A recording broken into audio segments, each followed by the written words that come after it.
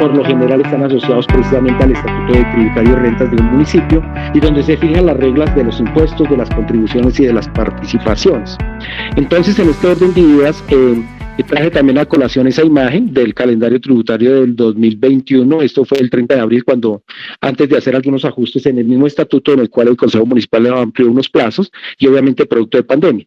Pero es importante llamar la atención acá, porque el impuesto predial unificado, como otros impuestos y otras contribuciones, pues tienen efectivamente unas posibilidades de pagarse por las anualidades mismas establecidas, y para llegar a ellos, pues hay otros elementos que lo constituyen. En este sentido, y traigo esta imagen se citaba precisamente en el módulo 4, este portal que habilitó el Ministerio de Vivienda, y me pareció un instrumento muy interesante, como un aula virtual también, en temas de instrumentos del ordenamiento, instrumentos de financiación, como instrumentos de gestión del suelo. Este portal tiene norma, tiene otros aspectos, pero también tiene unas definiciones muy claras para toda nuestra comunidad. Está establecida del año 98, en la cual pues se generan todos los esquemas de tratamiento para las conservaciones, actualizaciones, formaciones catastrales en el país. Digamos que con esta resolución ya trae unos insumos que prácticamente el plan de desarrollo del presidente Santos en su momento estableció unas condiciones de los impuestos prediales que tenían que ser cercanos al 60% del valor comercial, no pueden ser inferiores de esta tasa, y de pronto ustedes recordarán, en el caso puntual y como ejemplo para el curso, consejos le dan a los alcaldes, pueden generar algunas destinaciones en algunos porcentajes o algunas cosas, pero por lo general no tiene una destinación específica como otras contribuciones.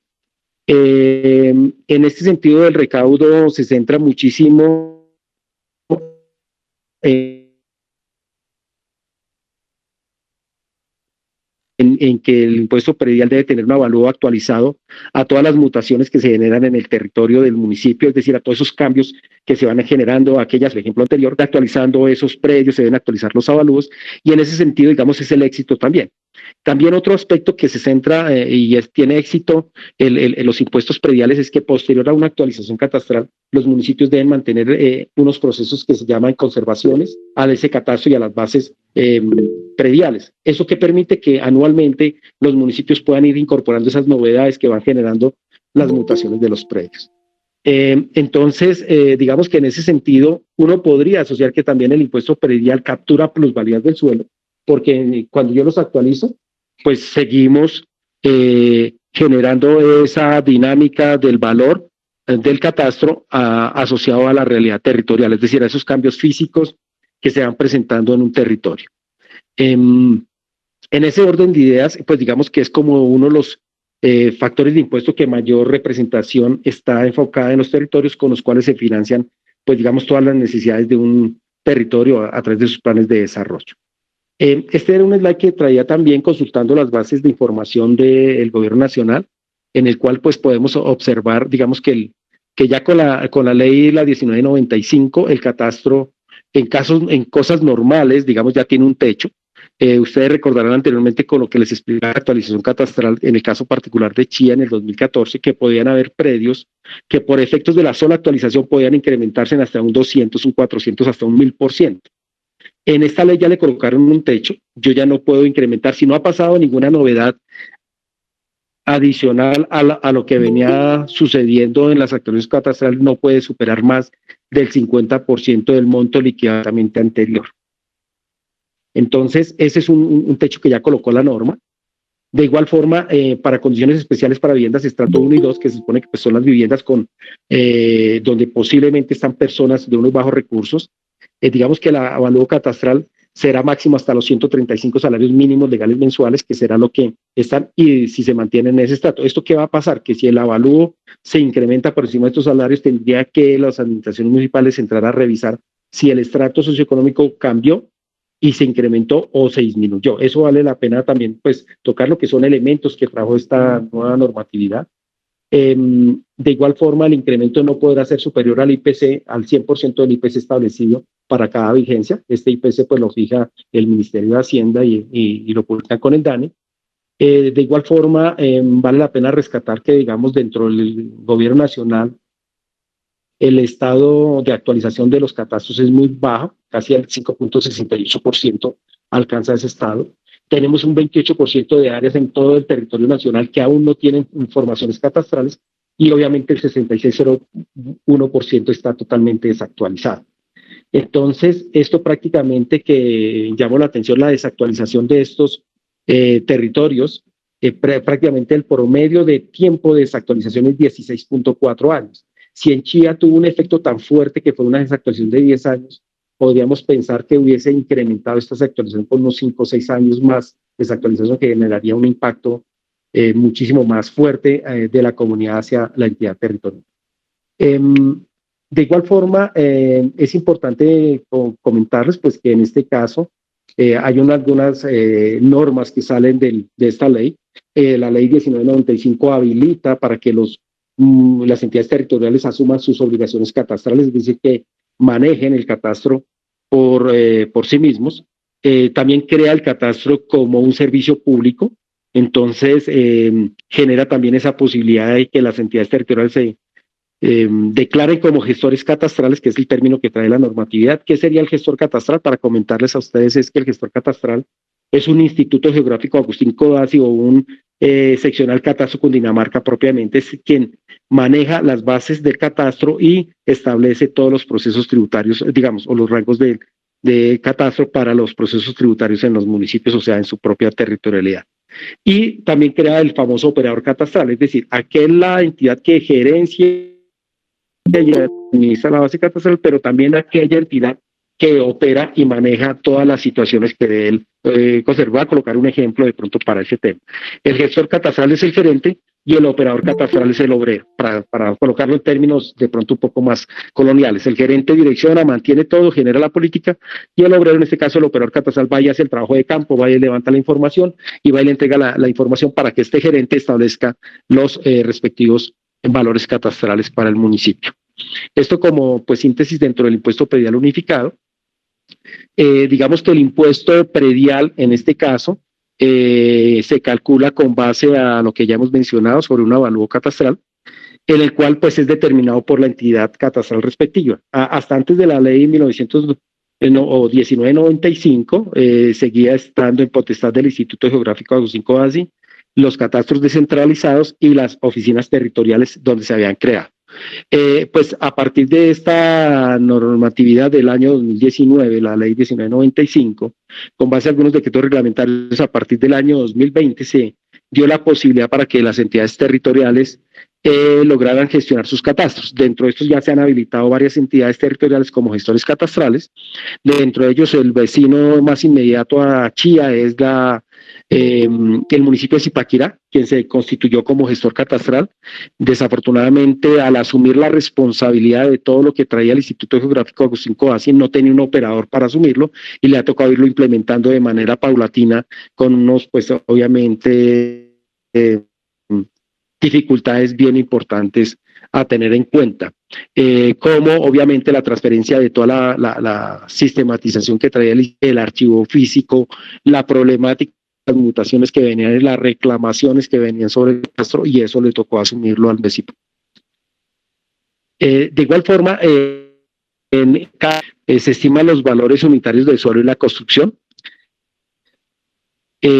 Aquí les comentaba a ustedes que en el tema catastral sí existen casos en el aire, me refiero a que hay construcciones que no tienen suelo. En términos generales, el suelo es de una persona y la construcción puede ser de otra persona. Esas son las famosas mejoras que nosotros encontramos a veces en los recibos del impuesto predial, mejora 1, mejora 2, mejora 3, y puede ser el ejemplo de eso mismo. Y en el caso del catastro, ¿cómo se calcula el avalúo? Entonces, por lo general se hacen estimaciones sobre zonas homogéneas geoeconómicas. Estas zonas geoeconómicas, pues para ser un poquito más didáctico, son aquellas zonas que tienen unas características muy parecidas entre entornos. De pronto la imagen que ustedes observan ahí es un proyecto ahí sobre la avenida Chilacos, cerca de la carrera Primera B, entre Primera B y Primera, y de pronto al frente también otro proyecto de edificios de altura muy similar, con unos acabados de pronto en materiales de ladrillo a la vista, con marquetería de enviso. Entonces uno podría decir, oiga, este proyecto es similar a este, a este otro que está al frente, pero comenzó a mirar los del entorno y digo, oiga, casi todos esos proyectos son muy parecidos, tienen altura, tienen sus semisótanos para parqueaderos, tienen equipamientos, zonas verdes, la vía está pavimentada por donde se ingresa, tienen redes de servicio de gas natural, energía, electricidad,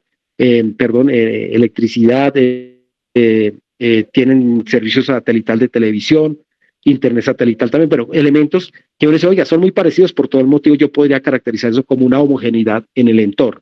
Y con esta base de la zona geoeconómica me permite establecer que algunos valores de las tierras que se dan en ciertos sitios del municipio tienen un valor muy parecido por sus características constructivas y por las mismas ubicaciones de los suelos. En ese sentido, digamos, la entidad catastral hace esa estimación del suelo y también hace la estimación de la construcción. Cogen, por lo general, establecen valores de los metros cuadrados de construcción, consultan Construdata, consultan las empresas inmobiliarias que están vendiendo constantemente productos inmobiliarios, sacan unas estimaciones de cuánto cuesta esa construcción con acabados, también hacen unos avalúos en sitios puntuales, digamos en el caso de Chía, por decir algo, hacen unos avalúos cerca de Santa Lucía, también ahí cerca de la Plaza de Mercado, por la avenida Chilacos, por la avenida Pradilla, bueno, en diferentes sitios, y estiman los valores de la construcción a cómo podría ser el valor del metro cuadrado de construcción para ese tipo de construcción de edificación, mirando su antigüedad o la vetustez de la construcción, también, digamos, los tipos de materiales que se emplearon en su momento, y ciertas características de esto. Con esos dos temas, pues digamos que establecen los dos valores, tanto del suelo como de la construcción, después los unen y produce el avalúo catastral, que es la base gravable para que se estime el valor a pagar por parte de cada uno de los contribuyentes. Asimismo, pues digamos que para el impuesto predial, digamos con base a la norma que les estaba comentando, pues la base o el valor de la tarifa predial está entre el 5 al 16 por mil, quiere decir que por cada 1.000 pesos de avalúo yo debo pagar 5 pesos o 16 pesos, depende en el rango que yo me ubique según el avalúo que se estime. Hay municipios o ciudades que adicional a este rango de avalúo también incluyen la estratificación socioeconómica como un elemento fundamental para poder calcular el avalúo. En algunas conversaciones que estuvimos hace algunos años con el Distrito Capital, ellos venían mirando la posibilidad de desmontar el avalúo asociado o el cobro del impuesto predial asociado a la estratificación. Ellos nos daban un ejemplo y me parece interesante para socializarlo con ustedes. Decían, mire, en Ciudad Bolívar, que su estrato predominante es 1 y 2, pero muchas personas personas de pronto que han tenido posibilidad y capacidad de pago, van y compran 20 unidades de vivienda de estrato 1, la rentan, tienen un mejor ingreso que cualquier otra persona, pero pagan un impuesto muy bajito. Entonces, ahí no es equitativo el tema del impuesto, porque en cierta forma esa sola persona podría estar en una condición económica mejor que el mismo entorno donde se dice el cálculo, pero está pagando un valor muy bajo con relación a otras estimaciones. Entonces, ese tema ha venido siendo reevaluado en algunos, como les comentaba, en algunos municipios lo vienen analizando para desmontar el pago del impuesto predial por el factor de estratificación, por lo que les comentaba, y más bien se enfoca al tema de los avalúos y más bien a través de los estatutos tributarios, los rangos que se establezcan por el Consejo Municipal, manejar algunos rangos diferenciales que permitan un impacto menor en lo posible. Entonces, en ese orden de ideas, digamos, de lo que es el impuesto predial y en ese aspecto que va asociado por lo general a la propiedad y a la construcción, tenemos la clasificación de predios de los cuales también se derivan algunos aspectos. Los predios rurales, pues obviamente son aquellos predios que están en los clasificados como suelos rurales, donde digamos sus condiciones son para proyectos de actividad agrícola, pecuaria, asociadas realmente a las actividades rurales y del campo. Entonces, ahí se clasifican estos predios rurales. Los predios urbanos, que están obviamente dentro de los límites del perímetro urbano establecidos en los ordenamientos del territorio. Digamos que estos predios también obviamente tienen los valores asociados al suelo y los valores asociados a la construcción. Dentro de estos predios urbanos, existen dos clasificaciones, los predios urbanizables no urbanizados y los predios urbanizados no edificados. Esta clasificación adicional que se les da a estos predios que están al interior del perímetro urbano, por lo general lo conocemos como aquellos lotes de engorde, y son aquellos lotes que tenían que haber generado unas obras de urbanismo y que no las han hecho, pero están esperando que el municipio o la ciudad siga creciendo, les genere toda la infraestructura de servicios al entorno, las vías, parques, toda la infraestructura de servicios públicos como el alcantarillado, tanto sanitario como pluvial, la red de gas natural, la red de telefonía, la red de internet, todos los servicios urbanos que se requieren, y esos predios están quieticos sin hacer nada. Aquí la norma trae que se le puede cargar una tasa impositiva entre el 16 al 33 por mil, que es la máxima. Y la intención de esta tasa en este margen es porque se quiere en cierta forma presionar que el pago que hagan ellos por esta situación debe ser correspondiente a ese engorde, entre comillas, que está dentro del territorio urbano. Y eso también, pues obviamente, es decirle, si usted quiere que se le baje el alivio tributario, pues tienes que desarrollarse, urbanizarse, generar sus obligaciones urbanísticas para que también contribuya al crecimiento de la ciudad y no esperar a que todo le construyan y le entreguen para que usted solo se beneficie con una conexión. Y está en el otro caso de los predios urbanizados, que efectivamente fueron producto de pronto un ejercicio de urbanismo, donde generó las sesiones públicas obligatorias, se generaron las vías internas, pero tampoco se construyeron.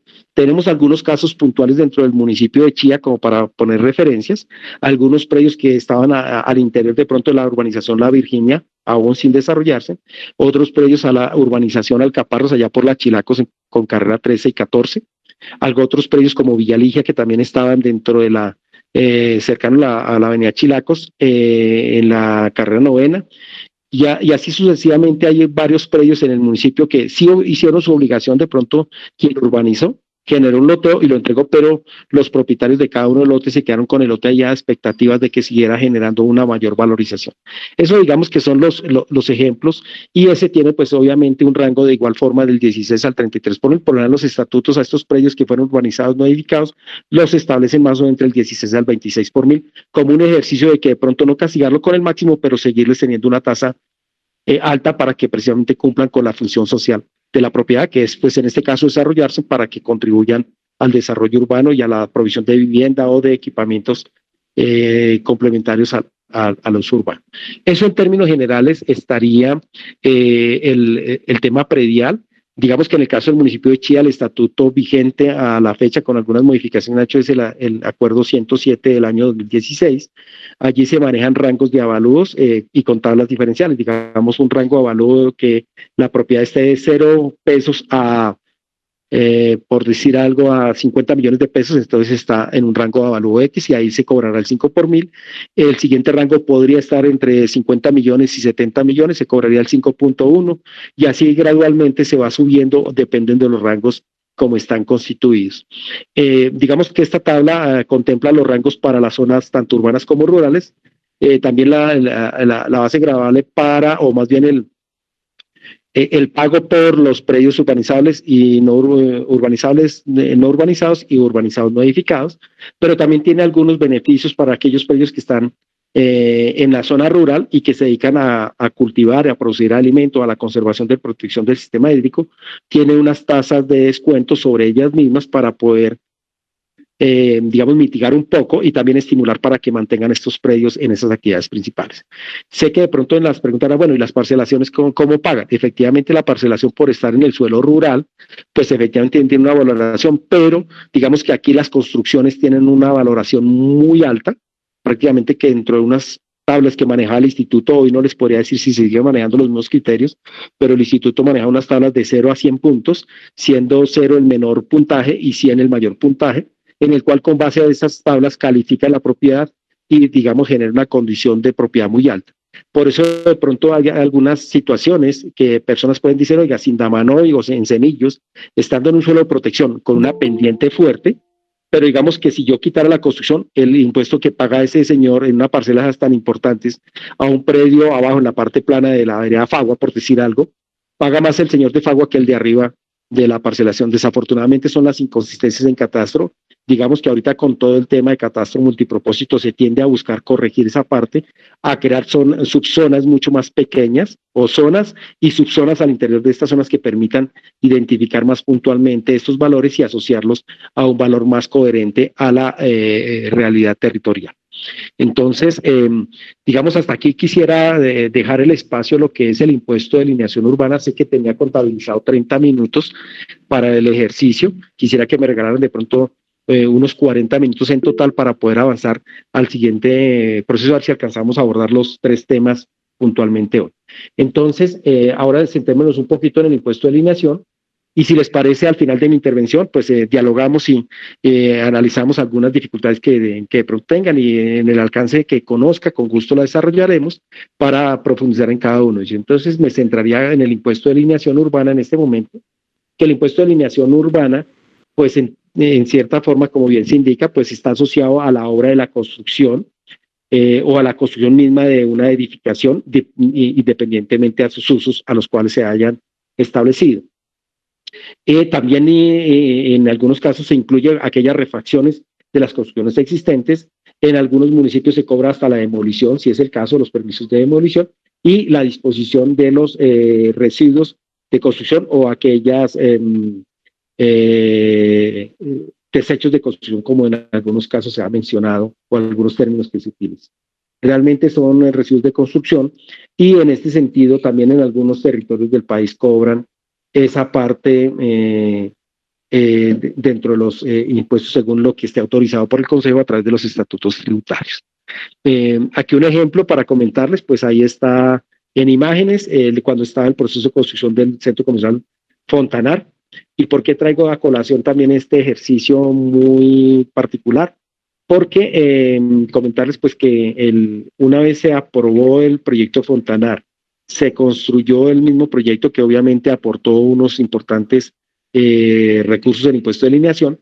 En el año 2017 se incorporó a la base gravable predial, la cual significó un incremento cercano a los 3.500 millones de pesos en impuesto a la base gravable del municipio de Chía por ese centro comercial. Entonces, pues en el impuesto de alineación urbana, este es el slide, como les comento, del lado tal, me parecen unas imágenes apropiadas que me parecen, son muy discientes a la misma definición de lo que es el impuesto de alineación urbana. También es un impuesto relativamente antiguo, como se dice, bien antiguo, perdónenme, ley 97 de 1913 y ley 84 de 1915. Recordar que de pronto el impuesto de construcción en algunos municipios surge prácticamente cuando el Consejo Municipal de Bogotá, a través de la ley 84 de 1915, fue la ley 97 de 1913 cuando la Nación le dio esta autorización al Consejo de Bogotá para crear este gravamen en este territorio, y en la ley 84 de 1915, digamos que estableció para que todos los restantes territorios municipales pudieran crear este gravamen. Entonces, interesante porque prácticamente en los municipios, ya en la década de los 60, en los 70 es donde realmente se masifica este impuesto, se comienza a incluir en aquellos instrumentos de financiación de los territorios, sin tener obviamente en esa época el ordenamiento territorial como un elemento constituido a través de una ley como es la ley 388. Pero sí es interesante porque digamos que su historia es de esa época, y digamos que tenían los municipios esa posibilidad de haber captado esos impuestos asociados a la construcción en los territorios. Estos impuestos tampoco tienen una destinación específica, este impuesto de alineación. Sin embargo, en algunos estatutos de autorización de los consejos territoriales permiten que alguna parte de estos recursos se puedan destinar específicamente para alguna parte de la financiación de los proyectos del desarrollo de los territorios. Por lo general, este impuesto viene muy asociado a las dinámicas determinadas en la norma del ordenamiento de los estatutos urbanos cuando existían antes de la ley 88, y de los cuales permitían precisamente desarrollarse en ciertas zonas usos comerciales, industriales, residenciales, institucionales, y digamos que el impuesto también va asociado. Hay formas diferentes de calcularlo. Digamos, en el caso de lo que he podido ir estudiando, Bogotá tiene asociado el impuesto de alineación asociado al avalúo de la construcción. y sobre el avalúo total de la construcción se estima entre un 3 a un 5% del total del impuesto que establece el proyecto, y sobre ese presupuesto se calcula el impuesto de alineación urbana. Otras entidades territoriales lo manejan también por metros cuadrados, como es en el caso de Chía. Acá en Chía se maneja por área de construcción, y acá en Chía particularmente se asocia, depende de la ubicación, en la zona del ordenamiento que esté indicada. Si un predio está ubicado en la zona agropecuaria, tiene unos factores de liquidación diferentes al que está ubicado en la zona urbana, y en la zona urbana hay diferencias de valores en los que se pueden ubicar, digamos, en el eje de la avenida Pradilla o en el eje de la variante, que es área de uso múltiple, al interior de la zona residencial o en las zonas de bien de interés social. En el caso, como les comentaba, el municipio de Chía tuvo un cambio en el año 2004, una vez el Consejo Municipal derogó uno de los artículos del acuerdo de su momento que fijaba el estatuto, o más bien las rentas municipales en ese entonces, y quitaron el impuesto el impuesto asociado al urbanismo y a las subdivisiones. De pronto las personas que me acompañan en el curso, que son arquitectos, en esa época se tramitaba la licencia de la subdivisión y se cobraba por lote resultante, y la de parcelación también por lote resultante, y en algunos proyectos de urbanismo se cobraba por un porcentaje del avalúo catastral. Esa discusión se dio en el Consejo debido a que efectivamente la única autorización por ley como impuesto era la ley 84 de 1915, la cual permitió que otros consejos establecieran el impuesto de alineación como un tributo, como un impuesto dentro del territorio municipal. De ahí una transformación del impuesto, se incluyeron factores como el estrato, en ese caso sí, y también de pronto los usos de comercio tipo 1, tipo 2, tipo 3, industria tipo 1, tipo 2, tipo 3, e institucional tipo 1, tipo 2 y tipo 3. En ese sentido fue como se fue dando todo este proceso del impuesto de alienación en el municipio, y que, digamos, tuvo un impacto en las finanzas del municipales positivas, digamos, se generó un repunte como un impuesto que financia, digamos, todas las necesidades oficiales del territorio. En este sentido, estos rangos y estos coeficientes están también amparados en el de Acuerdo 107 del año 2016. También hubo una modificación a finales del año 2020 en el cual se hizo un cálculo de coeficiente con una mayor posibilidad para el tema de reconocimientos de construcciones en el territorio, cosa que se pueda motivar que las personas formalicen el impuesto, digamos, las unidades de vivienda al interior del perímetro, y pagar, pues obviamente, la respectiva obligación desde el impuesto de alineación urbana. De pronto, para los que quieran consultar, están en 3 clasificaciones: la ubicación de los predios en suelos rurales, suelos urbanos y suelos suburbanos. Al interior del suelo urbano también hay otro tipo de clasificaciones, y las tablas lo tienen contemplado. Con la expedición del acuerdo 100 del año 2016 y 2016, pues obviamente que se incorporaron todos estos elementos del acuerdo 100, y sin embargo ya cuando fue suspendido el acuerdo 100 en el año 2019 también hubo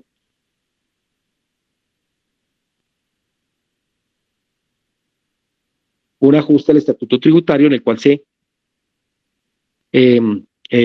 asoció estos elementos a lo que estaba inmerso en el acuerdo 16 del año 2000. Bueno, esto en términos generales quería comentar.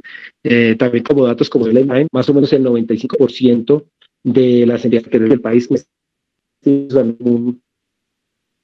prácticamente está implementado en la totalidad del territorio.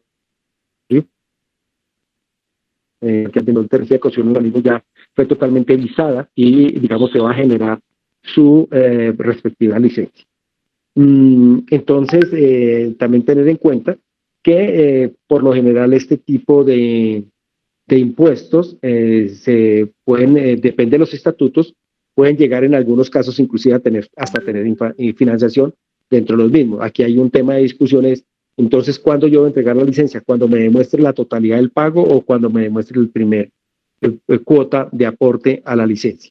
Entonces, son temas que ahí se discuten en muchos casos, en algunos municipios en los cuales no permiten financiación, precisamente porque la causación de su impuesto puede ser la expedición de la licencia y es cuando tenga ya la autorización de la construcción. Creo y comparto esa posición toda vez que ese impuesto podría perderse en el tiempo si yo doy financiación debido precisamente a que de pronto después la construcción no se termine y no se genere totalmente la expectativa que se tenía pensada.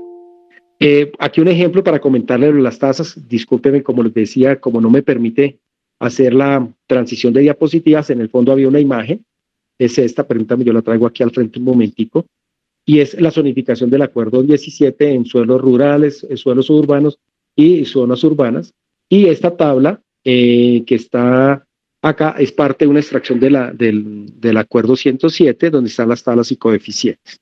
Quería traer también este ejemplo, pues para mostrarles cómo se calcula en el municipio el impuesto. En este caso traigo, digamos, un ejemplo de algunos predios que podrían estar ubicados en alguna zona del municipio.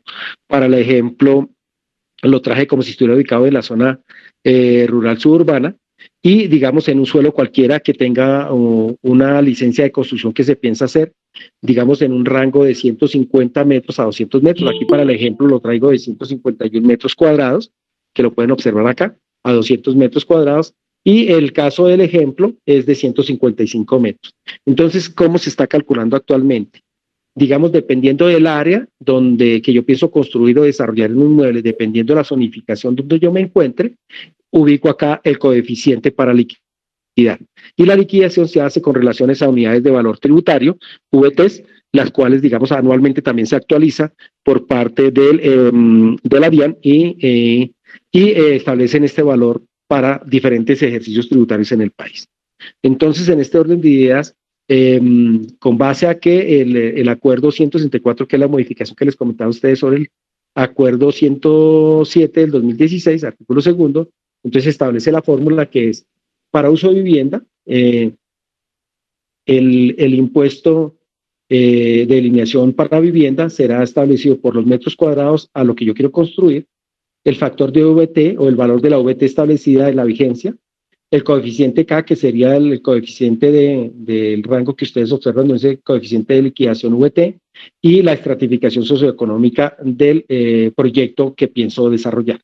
Ya posteriormente, pues es solo hacer la valoración. En este caso les quería comentar, pues un valor de tributario estaba en 36.308 pesos para el 2021, entonces hago mi regla, los metros cuadrados 155, el valor del OVT de los 36.308, el coeficiente K, que si yo me ubico en el rango de 151 a 200 metros de 1.24, aquí tengo mi 1.24, y el coeficiente de estratificación que está en otra tabla un poco más, en una página siguiente al estatuto, está el coeficiente que me dice que para proyectos de estrato 4, el factor del coeficiente de estratificación era 1.5, aplico todos estos factores y este proyecto de 155 metros cuadrados con estrato 4 en zona rural suburbana tendrá que pagar un impuesto de delineación urbana de 10.467.564 con 40 centavos.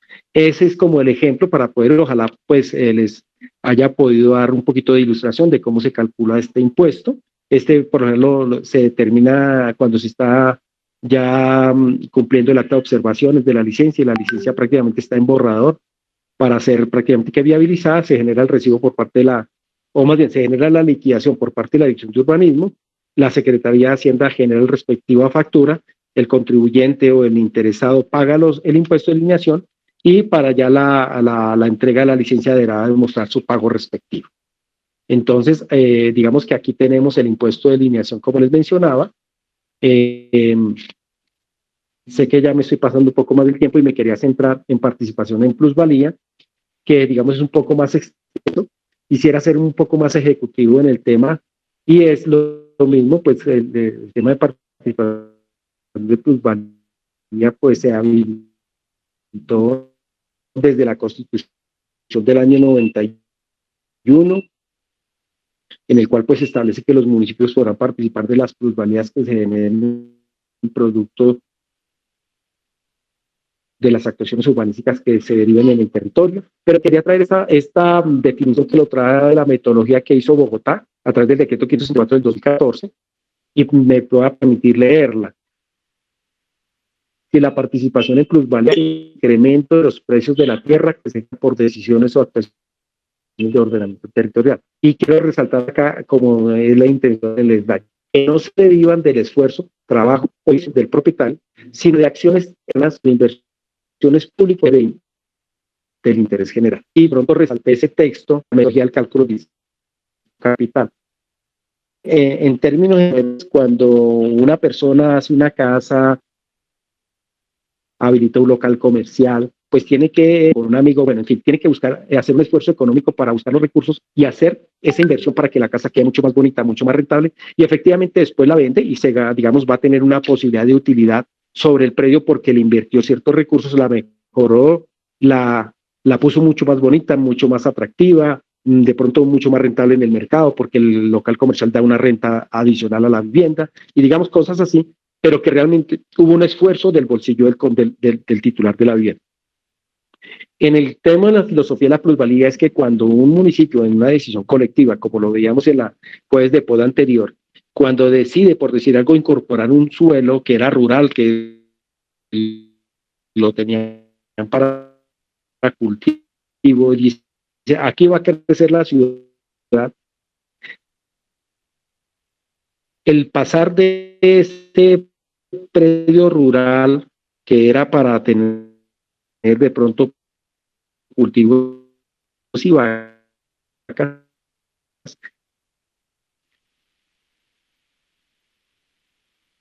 pasa a ser urbano, pues el valor que se genera en la tierra es significativamente muy alto. Y realmente el propietario no es que haya ido a sacar un crédito, a decirle a la ciudad, quiero el predio, aquí les pago incorporación, ya eso no, realmente fue una decisión colectiva en la cual a veces de todos los procedimientos, toda esa decisión que había en la ciudad, no por eso la persona siempre en esas presentaciones del Ministerio de Vivienda o de pronto algunas universidades, los municipios como tal, es muy interesante todo ese esfuerzo del tipo que está en la Constitución Nacional, artículo 82, y digamos que también a través de un concepto, el 013 del Ministerio de Hacienda y Crédito Público del país, en el cual pues también confirmó efectivamente este origen, en el cual pues todas las entidades públicas podrán participar de esas plusvalías por las mismas acciones urbanísticas que se regulan en el territorio o en el suelo y sobre el espacio aéreo dentro de una colectividad que es la que aceptó que ese modelo se estableciera. Desde el punto de vista legal, pues estas acciones urbanísticas están regularizadas y prácticamente los establecen o se citan a través de la ley 388 en el artículo 73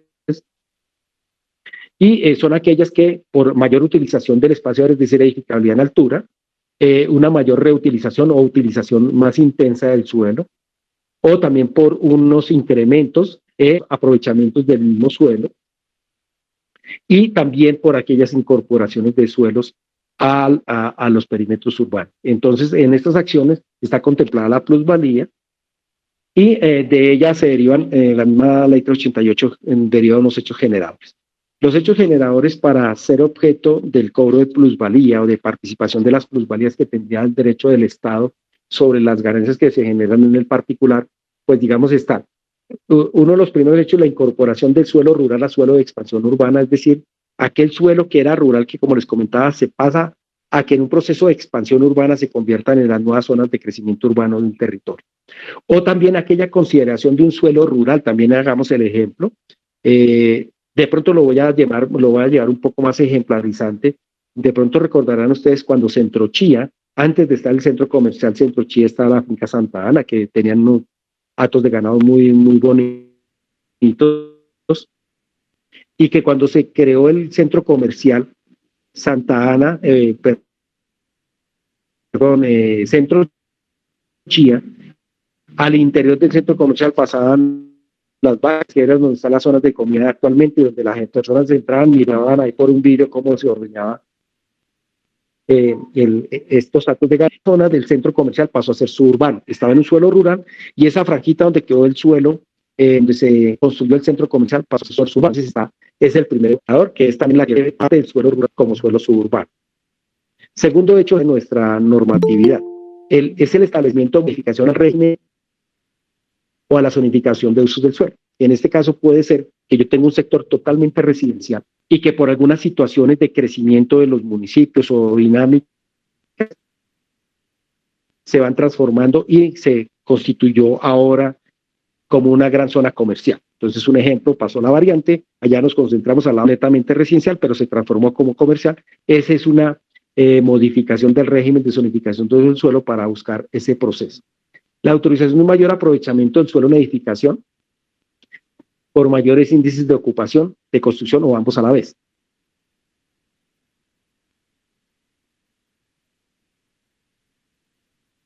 Es decir, que yo pueda tener, digamos que en términos generales, en la parte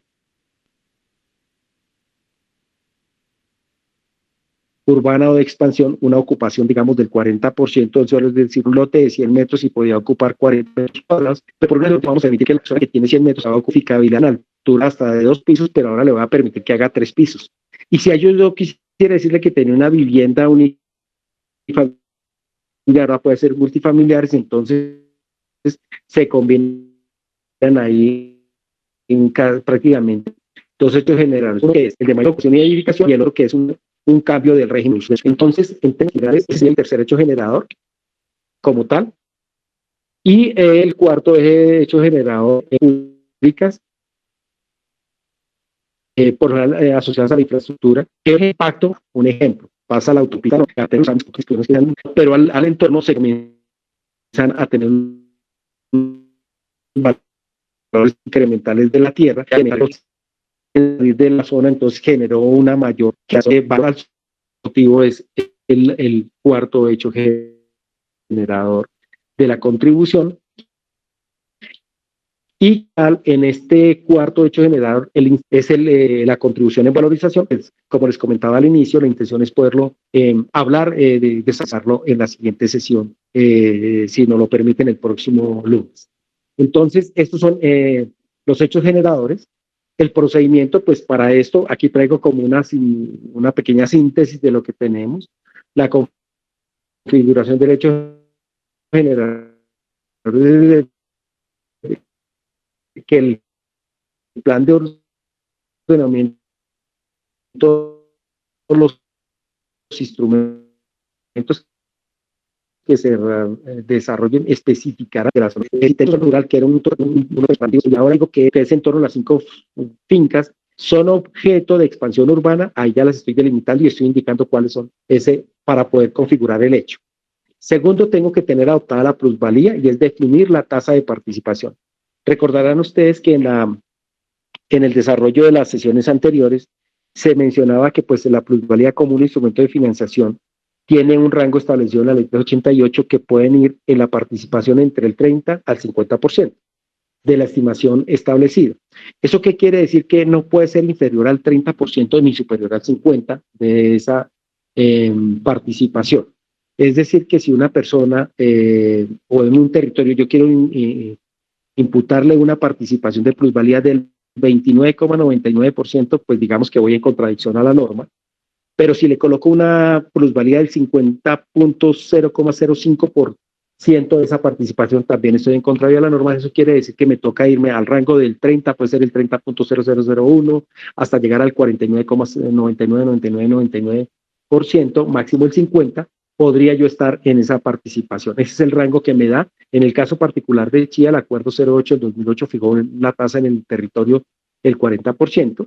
En el caso de Bogotá, en el 2004 fijaron tasas incrementales, es decir, en una vigencia inicial, una tasa de participación del 30%, en la siguiente vigencia, una tasa de participación del 40% y la siguiente vigencia, una tasa de participación del 50%.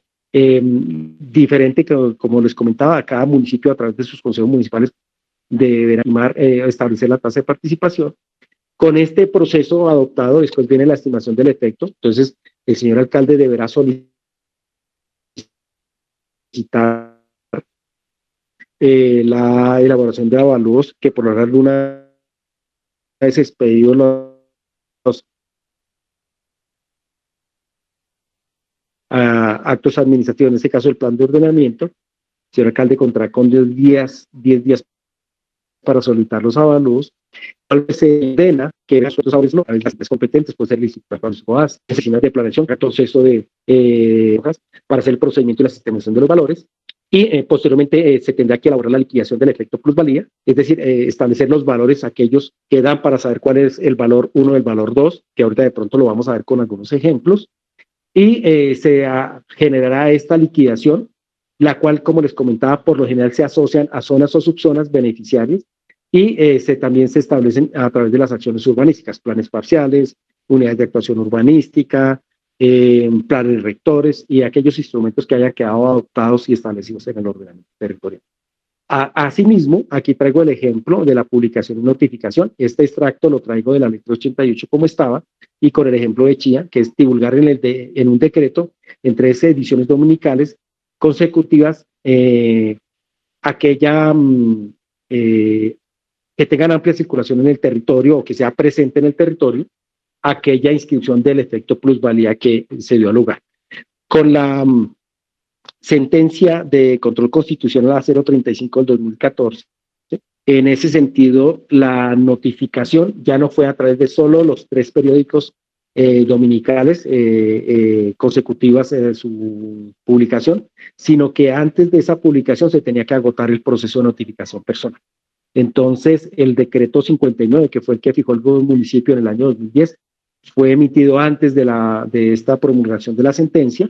Por tal motivo, se hizo su publicación y notificación a través de 3 periódicos dominicales y la de inscripción en los folios de matrícula, aquellos predios que se lograron identificar en el mismo tramo. Finalmente, pues es la inscripción en el folio de matrícula, como le comentaba, ahorita con el decreto 019 del año 2013, pues efectivamente se ordena la inscripción en el folio, y para poder exigir el pago tiene que estar inscrita la plusvalía. Si no está inscrita, pues digamos desafortunadamente no se puede hacer exigible su pago. Eso digamos como por procedimiento muy resumido para digamos todo lo que contiene la normatividad.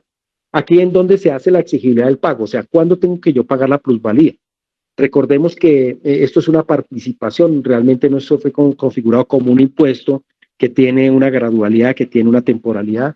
Realmente aquí la participación de plusvalía, por eso la norma habla de la participación, ese es aquel valor adicional que yo adquiero sin hacer un esfuerzo y que lo debo compartir en este caso, con las entidades territoriales o con las entidades públicas. Entonces, el primer punto para poder exigir el cobro de la plusvalía es en la solicitud de licencia de urbanización y de construcción, demostrar el pago. Pero digamos que aquí también en el año 2019 una modificación en el cual yo puedo demostrar, digamos, esta exigibilidad del pago cuando tramito la licencia de construcción o de urbanización, y cuando demuestro que estoy haciendo uso de aquel hecho generador que me permite cobrarlo, es decir, o una incorporación de suelo rural a suelo suburbano, o una incorporación de suelo rural a suelo de expansión urbana o a suelo urbano, o un cambio de uso a un uso más rentable, o mayor aprovechamiento en ocupación o edificabilidad de un suelo. Entonces, si yo no logro demostrar eso, pues en este primer punto no es exigible el pago. El segundo punto es el cambio efectivo del uso del inmueble generado por la modificación de régimen del suelo. Entonces, nuevamente volvemos al ejemplo. Voy en una zona que era netamente residencial y ahora a través de una licencia quiero abrir un local comercial, entonces me toca decirle al señor, claro, cuando le entregue su licencia usted me deberá pagar porque está habilitando su casa en un comercio o en un local comercial. Ahí le puedo exigir el pago de la participación. El otro proceso es cuando se implica en transferencia, que por lo general es el que más recurrente se da, que es aquellos bienes inmuebles que están, digamos, en aquellas zonas generadoras de plusvalía, yo los vendo. Entonces, claro, al venderlos, pues digamos, y dependiendo del valor comercial que tenga el inmueble, pues ahí ya estoy vendiendo con ese plusvalor que me dio la norma, y en ese sentido entra a participar las entidades para cuando yo voy a emitir el paz y salvo municipal, para que haga la transferencia de dominio a través de escritura pública, pues tengo que exigir que me pague ese valor de plusvalía. Entonces sería en la transferencia del dominio sobre el inmueble que posee. Y hay un cuarto instrumento, o más bien un cuarto momento de exigibilidad, que puede ser el cobro, es aquel en el cual se pueden hacer adquisición de títulos valores de los derechos adicionales de construcción y desarrollo que pueda tener la ciudad. Entonces, un ejemplo del acuerdo siempre hay alguna connotación en algunos puntos donde se puede hacer transferencia de derechos de construcción, y para ejemplo, para simplificarlo. Un ejemplo, podríamos decir que en la zona histórica una persona puede tener por sí solo una construcción que le permite el ordenamiento de 4 pisos, por decir algo, pero por ser una zona de conservación histórica, se decide en la colectividad del acuerdo que ahí solo se van a construir 2 pisos. Esos 2 pisos adicionales de derechos que podría tener un propietario se los puede vender, digamos, a una constructora o a un propietario que puede estar sobre el eje de la avenida Pradilla, digámoslo así, que yo podría construir ya 7 pisos. Entonces dice 5 pisos de altura básica y 2 pisos adicionales de transferencia de construcción. Entonces el señor quiere hacer 7 pisos, yo le digo, señor, págueme la plusvalía, el señor que la genera, que es la zona, en este caso la zona histórica, págueme la plusvalía de esos 2 metros que usted le vendió al señor constructor de la avenida Pradilla por esos metros adicionales que usted le está entregando. Eso en términos generales es un ejemplo muy lo más acercado posible al desarrollo. Obviamente que cuando hablamos de títulos valores porque están en una bolsa de valores y esos van y se compran y se venden, pero digamos que es como un ejemplo para las zonas de construcción y desarrollo adicionales que tiene un municipio donde lo determina. En este sentido, ya prácticamente estoy terminando, las formas de pago que están dentro del ámbito de la plusvalía pues son en dinero en efectivo, que es obviamente consignarle a la entidad pública el valor. Puede ser también por la transferencia de una porción de un sueldo. Aquí traigo un ejemplo que no es el caso, sino que quiero mostrarlo como ejemplo. En el caso de la Fundación Sandarriaga con los proyectos urbanísticos, que allá donde tengo la parte punteada en amarillo, realmente es donde se hizo el parque público que hoy está en disfrute de la comunidad cercana al entorno, que obviamente no es por pago de plusvalía, sino eso fueron sesiones obligatorias, pero lo traigo en colación, es para poder ejemplarizar esta participación. Es que imagínense si ellos tuvieran que haber pagado plusvalía y decir, bueno, yo no tengo el dinero para pagar, pero tengo este gran lote y los voy a pagar con esta parte de terreno que usted, municipio, lo puede destinar para hacer bien de interés social, por decir algo. Entonces, eso lo podrían haber generado acá, o municipio, yo les pago en este terreno y usted construye un parque ahí si quiere, fuera de mis obligaciones urbanísticas, fuera de mis sesiones, yo les entrego otra porción de terreno para que usted vaya y me construya otro parque allá si usted quiere. Pero entonces le pago parte de mi plusvalía o mi plusvalía se la pago con parte de mi terreno que tengo en esa extensión. Otro ejemplo también es la transferencia a otro predio, es decir, que tenía digamos en este caso, traje como ejemplo también aquí los predios que están colindando entre la calle Quinta, la calle Séptima, la carrera Cuarta y la carrera Séptima, donde hay unas grandes extensiones y de pronto se generaron plusvalías acá y el señor, digamos, va a afectar la plusvalía en este predio, pero no tiene cómo pagarla, pero tiene otro predio que es del mismo valor de la plusvalía y se lo entrega al municipio, estando dentro del perímetro urbano este predio. Entonces, es otra forma de cómo trasladarle, decirle, mi plusvalía vale 1.000 millones, le entrego este terreno que está ahí contiguo al mío, o a 2 cuadras, o a 5 cuadras, o está en la zona de Chilacos, y aquí le pago ese terreno como plusvalía de lo que me correspondía contribuirle al Estado. El otro también es en reconociendo en valor accionario, que era muy parecido al ejemplo anterior, en el anterior slide, ¿sí?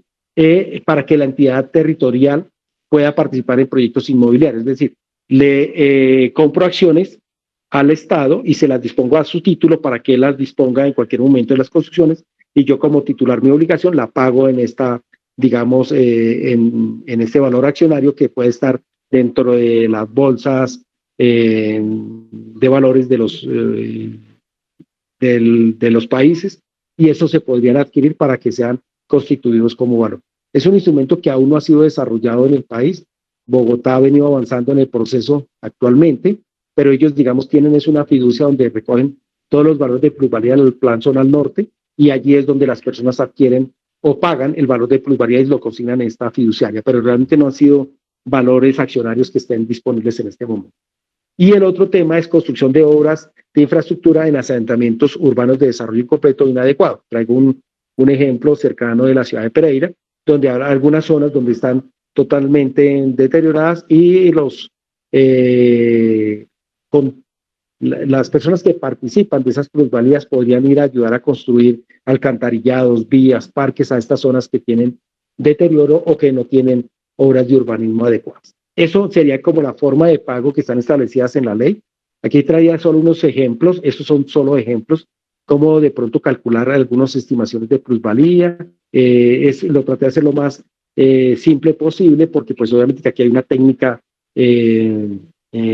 evaluativa que hacen los peritos expertos en el tema, y entonces aquí solo traía como ejemplo. Entonces, si yo tengo un suelo rural de 100 metros, en este caso el ejemplo, lo voy a clasificar como suelo suburbano, como está el ejemplo, Entonces podría ser como un ejemplo del valor. Entonces son los mismos 100 metros y de pronto el valor en suelo de uso agropecuario, estimando, podría tener un valor de 30.000 pesos, un ejemplo, y al pasar a suelo suburbano o a suelo urbano para uso residencial valdría 100.000 pesos. La diferencia entre estos dos valores pues realmente sería el plusvalor, ¿cierto? Ahora multiplicar ese valor del, por el área del terreno, pues me va a dar que el valor del terreno de esos 100 metros en suelo rural dedicado para uso agropecuario valía 3 millones y en este suelo urbano destinado para uso residencial me valía 10 millones de pesos. La diferencia entre este valor, pues prácticamente la plusvalía. Digamos que obviamente para llegar a este valor yo tengo que analizar, tengo que descontar áreas de afectación pública, áreas de donde pasan las redes principales de servicios públicos, afectaciones viales, algo otros temas de imposición que están sobre el suelo para poderlo calcular. Pero es el ejemplo, digamos, lo más sencillo posible, lo quise traer. Entonces, esa diferencia de plusvalía, que son, digamos, un ejemplo de 7 millones, el Estado podría participar, en el caso de Chía, que la estableció en el 40%, de esos 7 millones de pesos en 2.800.000 pesos es lo que debería participar, digamos, el dueño de este terreno, en este ejemplo, que sería el hecho generador. Uno de los hechos generadores en este caso sería el otro ejemplo, que es en una zona residencial y pasa a un uso múltiplo de como comentábamos en el régimen de usos del suelo para pasar de uno de uno menos rentable a uno más rentable. 100 metros cuadrados lo mismo de terreno, el valor, obviamente este valor para decir cuánto vale el metro cuadrado fue el producto de una estimación de unos peritos avaladores, nos dan el valor, 150.000 pesos por metro cuadrado en este caso, en el otro caso pasarlo a uso múltiple de 250.000, están las diferencias, el valor total 15 millones del ejemplo 1 en uso residencial, del ejemplo en uso múltiple 25 millones, lo mismo, la diferencia de los dos valores me da una plusvalía cercana a los 10 millones de pesos y la participación con el cual el Estado aspira a que sea contribuida sería de el 40% de esos 10 millones de pesos daría 4 millones de pesos de ese efecto plusvalía en esta zona por el hecho generador 2. Y el hecho generador 3, que era el otro ejemplo que les quería comentar, pues muy parecido a lo mismo. Entonces tenemos el uso residencial en los dos casos y lo que hago es elevar el índice del potencial construido en altura. Tengo mis 100 metros, máximo potencial edificatorio 2 pisos, por cierto, llegaba a 200 metros, y en el otro le voy a 4 pisos, entonces es 400 metros cuadrados, el valor por metro cuadrado de construcción, 500.000, en ambos casos igual, me incrementa es por el potencial constructivo, entonces pasó este terreno de 100 metros de tierra, pero con 2 pisos de construcción, a 100 millones de pesos, y al otro, pues a 4 pisos me llegó a 200 millones de pesos. La diferencia, lo mismo, entre el valor 1 y el valor 2 sería de los 200 millones, que es el valor 2 del predio con la norma, menos el valor 1 con la anterior norma, me da 100 millones de diferencia, el 40% de esta es mi estimación, este predio debería pagarle o contribuirle al Estado 40 millones de pesos. Eso traía como ejemplos, y hasta aquí dejaría mi presentación el día de hoy para poder habilitar el espacio de diálogo y preguntas con ustedes con respecto al módulo 4. Les agradezco mucho y discúlpenme el haberme extendido tanto en esta presentación.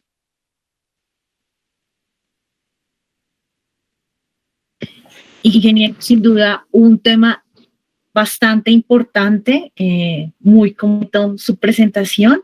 Hay varias inquietudes al respecto, entonces vamos a atender las que están en el chat y habilitamos para que ustedes levanten la mano e intervengan para que el ingeniero pues les conteste sus inquietudes. Entonces, dentro de las inquietudes que se nos presentan es, ¿el impuesto predial en Chía se puede pagar a cuotas? Hoy hubo una entrevista al alcalde de Chía por la W con respecto a irregularidades por licencias de construcción en los cerros orientales. ¿Nos pueden ilustrar al respecto?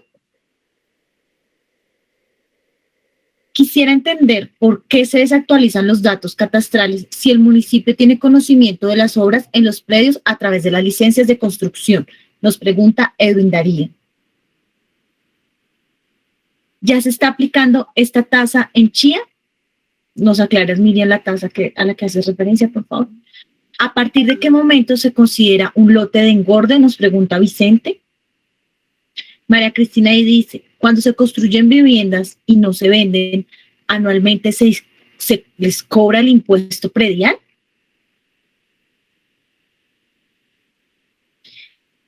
De acuerdo con este impuesto de plusvalía por obras del gobierno, también influye en algunos sectores se les haga cambio de estrato.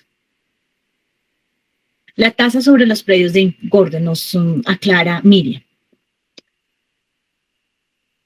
Carlos, ¿por qué no se hace auditoría por parte de las autoridades del gobierno para que se recaude este dinero?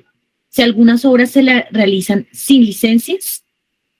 Listo, el ingeniero. Entonces esas son las inquietudes que están en el foro.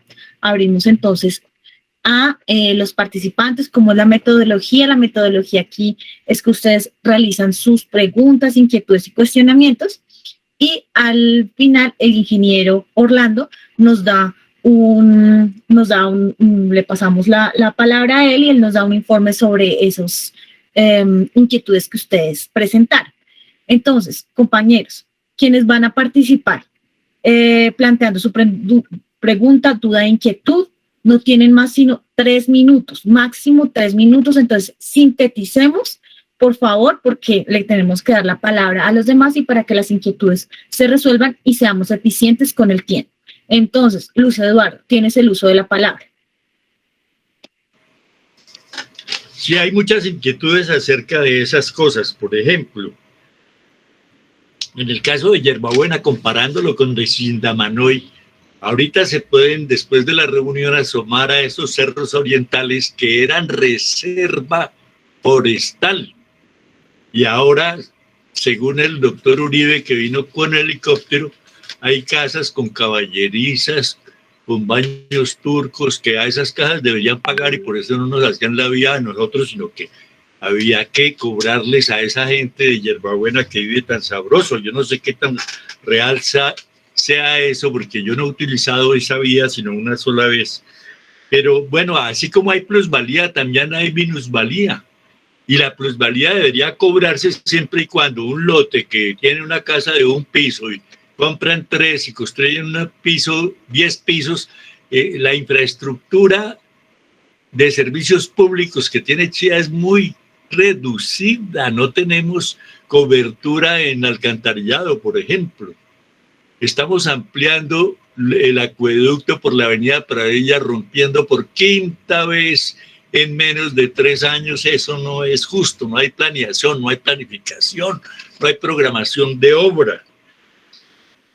Esas sesiones tipo A que cambian por un lote en una vereda tienen el mismo valor. Chía tiene más de 480 lotes dispersos en las zonas rurales que fueron producto de recibir en dación de pago de ese mayor valor, de esa plusvalía, y nunca los ha cedido para hacer un parque, para hacer un local, para una junta de acción comunal.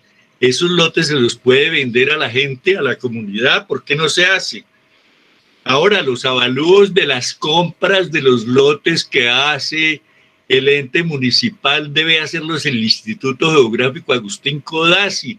Aquí uno ve como exagerados esos valores por los que se compran esos lotes para hacer el sustituto del colegio que aparece en la avenida Pradilla y que tiene un nombre de una república europea. Y otros como el que se hizo para ampliar el colegio José Joaquín Casas, unos avalúos realmente altísimos. Yo algo entiendo de eso. Entonces uno también se pone a pensar si hay exenciones del pago, no solamente del impuesto predial, a quienes están concedidas esas exenciones de los impuestos y de las plusvalías. Por ejemplo, el Instituto Caro y Cuervo ha construido, yo no sé si aquí es que no se enteran de eso, pero ¿pagan impuestos o no pagan impuestos?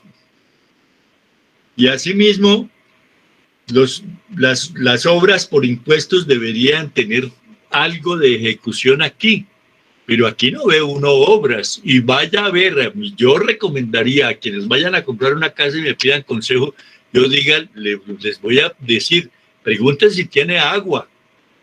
Aquí el Centro Comercial La Libertad lo autorizaron a construir y después tuvieron que hacer inversiones multimillonarias con el presupuesto municipal que pagamos los pobres para ampliarles la salida del alcantarillado, que fue a dar hasta el Colegio María Auxiliadora. y después a un edificio que construyeron ahí frente al Jumbo, pasando la avenida Pradilla. También tuvieron que después ampliarle los tubos porque se estaban devolviendo las aguas negras. Entonces parece que los de planeación nunca han calculado eso de dejar construir en altura y nos quitan el derecho al paisaje que tenemos. Todos los ciudadanos tenemos derechos también ambientales y el derecho al paisaje. Ya no se pueden ver los cerros orientales porque esas alturas que autorizaron nos lo impiden ejercer. Entonces me parece que hay mucho desorden. Muy bonito la historia de la ley, de la norma, del reglamento, pero como decía un arquitecta en la anterior intervención, decía, no, sí, al doctor, ¿cómo se llama este doctor que está ahí? Que fue Bernal, decía, no, eso está en el acuerdo 17 del año 2000, artículo, inciso, parágrafo tal. Es así, ahí está bien, pero nunca se ha puesto en práctica y así pasa con todo. Aquí debe haber, yo estuve en ONU Habitat 3, 193 países representados en Quito, Ecuador, ONU Habitat 3, para concluir después de 4 días de deliberaciones que las ciudades deben ser sustentables, sostenibles y resilientes. Y le voy a dar un ejemplo de que no es nada resiliente. Un carro tumbó un poste frente a la urbanización Santa Elena, donde yo vivo, el viernes a las 5 de la tarde. Lo quitaron hoy personas... Luis Eduardo, tienes 30 segundos. No, pues esos 30 segundos para decir que ni somos sustentables, ni somos sostenibles y mucho menos resilientes. Les voy a dar un ejemplo en los 2 segundos que me quedan. Hay una escultura de Alberto Lleras que le da el nombre a la Casa de la Cultura. Le han quitado unas placas y le van a quitar otras. Y va uno a decirles, aseguren las placas antes de que se las lleven. Y me dicen, yo no estoy para eso. Y un policía, cuando le dije del poste, me dijo, yo no estoy para poner postes. Entonces ahí entiende uno cuál es el comportamiento del empleado público y por qué no los queremos como debiéramos quererlos. Gracias, Luis Eduardo, por tu aporte. A continuación tiene el uso de la palabra Helga Polanía. Sí, ya. Buenas tardes para todos los compañeros. Yo tengo varias inquietudes. La primera es que cuando hablan del cálculo, pues ya de todo lo que hablaron, no me acuerdo si fue de lo de del impuesto catastral o de la plusvalía, que una de las cosas que tenían en cuenta para el cálculo de esto era el nivel socioeconómico o el estrato socioeconómico. Y pues yo tengo el caso particular de que aquí en la vereda Oaxaca, donde yo vivo, la mayoría de las casas tenemos cada recibo llega con un estrato distinto, entonces ahí pues me queda la inquietud de cómo van a hacer para calcular eso. Segundo, a mí me parece la cosa más injusta del mundo lo que se llama la plusvalía. ¿En qué sentido? En que se la están cobrando al que menos se va a beneficiar, porque el ingeniero pues pone como ejemplo Centrochía, pero eso fue un proyecto que se hizo mancomunadamente con los propietarios de la tierra, entonces ellos obviamente se beneficiaron. Pero yo hablo por lo que yo conozco y por lo que yo vivo. A mí definitivamente no me conviene un cobro de plusvalía en todos los sentidos y me parecería lo más injusto, y creo que así estamos muchísimos de los habitantes que nos vamos a ver digamos que perjudicados con esto de la plusvalía, que la quieren poner muy bonita pero la realidad es muy diferente. Yo tengo mi casa en la vereda Oaxaca, mi casa no se ha cambiado, no se ha modificado desde que se compró hace aproximadamente 30 años, cuando el valor de la tierra estaba en 30,000 pesos metro cuadrado. Actualmente el valor de la tierra, porque además nos metieron unos conjuntos donde no debían meterlos, porque esto es zona de granjas, pues se valorizó, se subió. Eso no es culpa mía, yo mi casa la mantengo tal cual la compré. entonces obviamente pues voy a recibir una ganancia, pero también soy consciente de que mi casa no se está cayendo, de que mi casa está en iguales o mejores condiciones que cuando la compré, o sea, la he mantenido, y eso es un costo que a mí nadie me está reconociendo, pero que hay que hacerlo. Y en el momento en que yo llegara a decidir vender mi casa y lo comprara una constructora o alguien que fuera a hacerle modificaciones a mi casa, pues esa persona que es la que va a comprar es la que va a sacar beneficio, porque los 2 pisos de los que habla que se le pueden subir es quien los va a desarrollar. Yo vendo mi casa para irme de aquí, entonces me voy con una ganancia que me van a quitar más o menos entre el 30 y el 50% de lo que yo me he fregado y de lo que he vivido y de lo que he tratado de mantener lo que tengo. Entonces fíjate que tampoco es tan bonito y tan hermoso como lo están pintando, porque la realidad es muy distinta. Y la última cosa que quería decir es que eh, eh, las oficinas trabajan únicamente desde los escritorios y jamás en la vida se molestan en venir a hacer trabajo de campo, en venir a mirar, en venir a ver qué está pasando, qué están haciendo.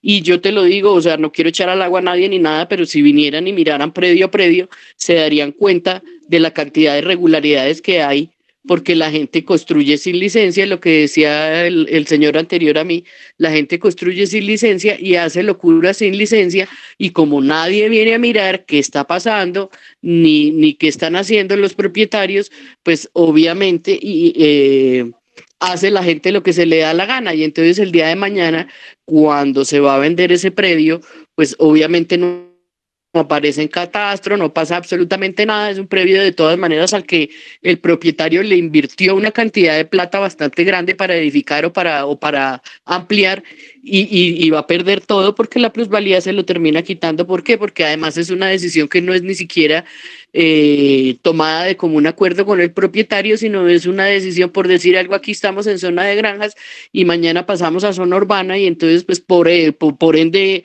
nos ponen la tal plusvalía, y entonces cuando vamos a vender, el beneficiario es quien compra, no quien vende, y termino yo perdiendo todo el esfuerzo y todo el trabajo de toda una vida. Entonces, pues eso era lo que yo quería decir, que tan bonito como lo están pintando no es.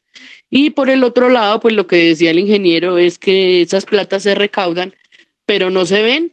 Y se supone que eso tiene una destinación específica, y es trabajar en el bien común, en andenes, en ciclorrutas, en señalizaciones, en alcantarillado, en parques, en acueducto, y no se ve por ningún lado, porque nosotros seguimos siendo, la calle 35 sigue siendo un camino vecinal, así le pongan que eso se llama calle, eso sigue siendo un camino veredal, perdón, y donde no se le han hecho absolutamente ni una sola mejora. Y desde que yo vivo aquí hace 30 años... Ya tienes 30 segundos. Que se va a ampliar la vía y continúa tal cual como hace 30 años. Entonces, todo lo que se ha recaudado de plusvalía de todos estos conjuntos que han hecho aquí en zona donde no corresponde, pues dónde están representados. Muchísimas gracias. Gracias, Helga, por tu aporte. Entonces, revisemos acá. Listo. Entonces tiene el uso de la palabra el ingeniero Orlando.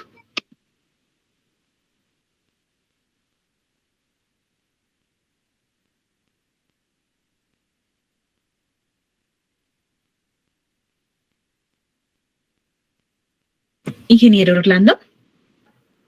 Gracias, Helen. Sí, aquí está tratando de activar nuevamente mi micrófono. Bueno, creo que son varias preguntas bien interesantes. Creo que es el propósito también. Estamos en ese proceso de socializar y de compartir entre todos conocimientos, los que las participantes del curso nos puedan llegar, y como también lo que nosotros podamos atender.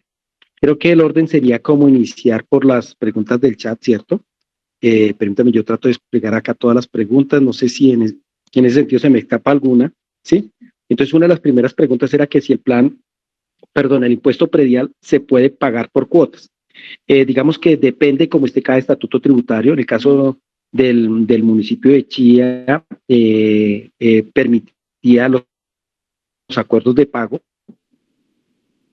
que los establece la Secretaría de Hacienda, y esos acuerdos de pago le generan unos intereses a la persona, una especie de financiación, y en ese sentido la financiación va máximo por la vigencia de la cual el señor está haciendo la amortización. Me refiero, si él hace un acuerdo de pago por el año 2021, entonces los impuestos que esté pagando solo se financian durante la vigencia de 2021, no se trasladan para el 2022, y así sucesivamente. Entonces, depende cómo esté cada estatuto tributario en cada ente territorial, pero en el caso particular de Chía sí contempla unos acuerdos de pago para hacer el respectivo cancelación del impuesto predial.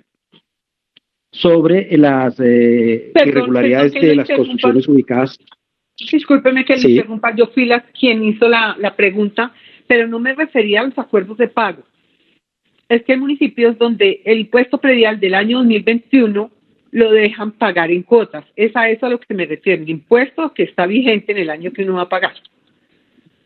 Sí, a eso me refiero. Digamos, en el caso de los estatutos, en el caso particular del municipio de Chía, bueno, el monto del pago del impuesto, ¿cierto? Como Bogotá, que lo tiene pago por cuota, ¿cierto? Es más o menos. Exacto. Nos paga el impuesto predial de estimado del año 2021 en 4 cuotas. En el caso de Chía, no se paga la totalidad del impuesto en una sola cuota, y lo que se hace es un acuerdo de pago en el caso que la persona no pueda disponer de los recursos para pagar. En otros estatutos del país hay personas que lo pagan, digamos, bimensualmente, como si fuera el recibo del agua, es decir, paga 1 millón de pesos, por ejemplo, 2021 lo dividen en 6 bimensualidades y pagan, digamos, por cada bimensualidad 200.000 pesos o 250 pesos, depende de lo que corra, y en algunos, o 250.000 pesos, depende del monto de la cuota. En algunos municipios les cobran intereses por esa cuota, es decir, paga la primera 0 pesos, pero por la otra les va pagando, lo cobran un factor de corrección o un interés. Pero depende del estatuto. Ahí sí es, Bogotá sí sé que lo tiene también por cuotas, en algunos casos por tema de pandemia también lo activaron en ese sentido. En el caso particular de Chía, no, señora. Irregularidades sobre las zonas de construcción en los cerros, también aquí es importante resaltar, y eso de pronto se analizó en la exposición que hacían mis compañeros sobre el tema del trámite de licencias.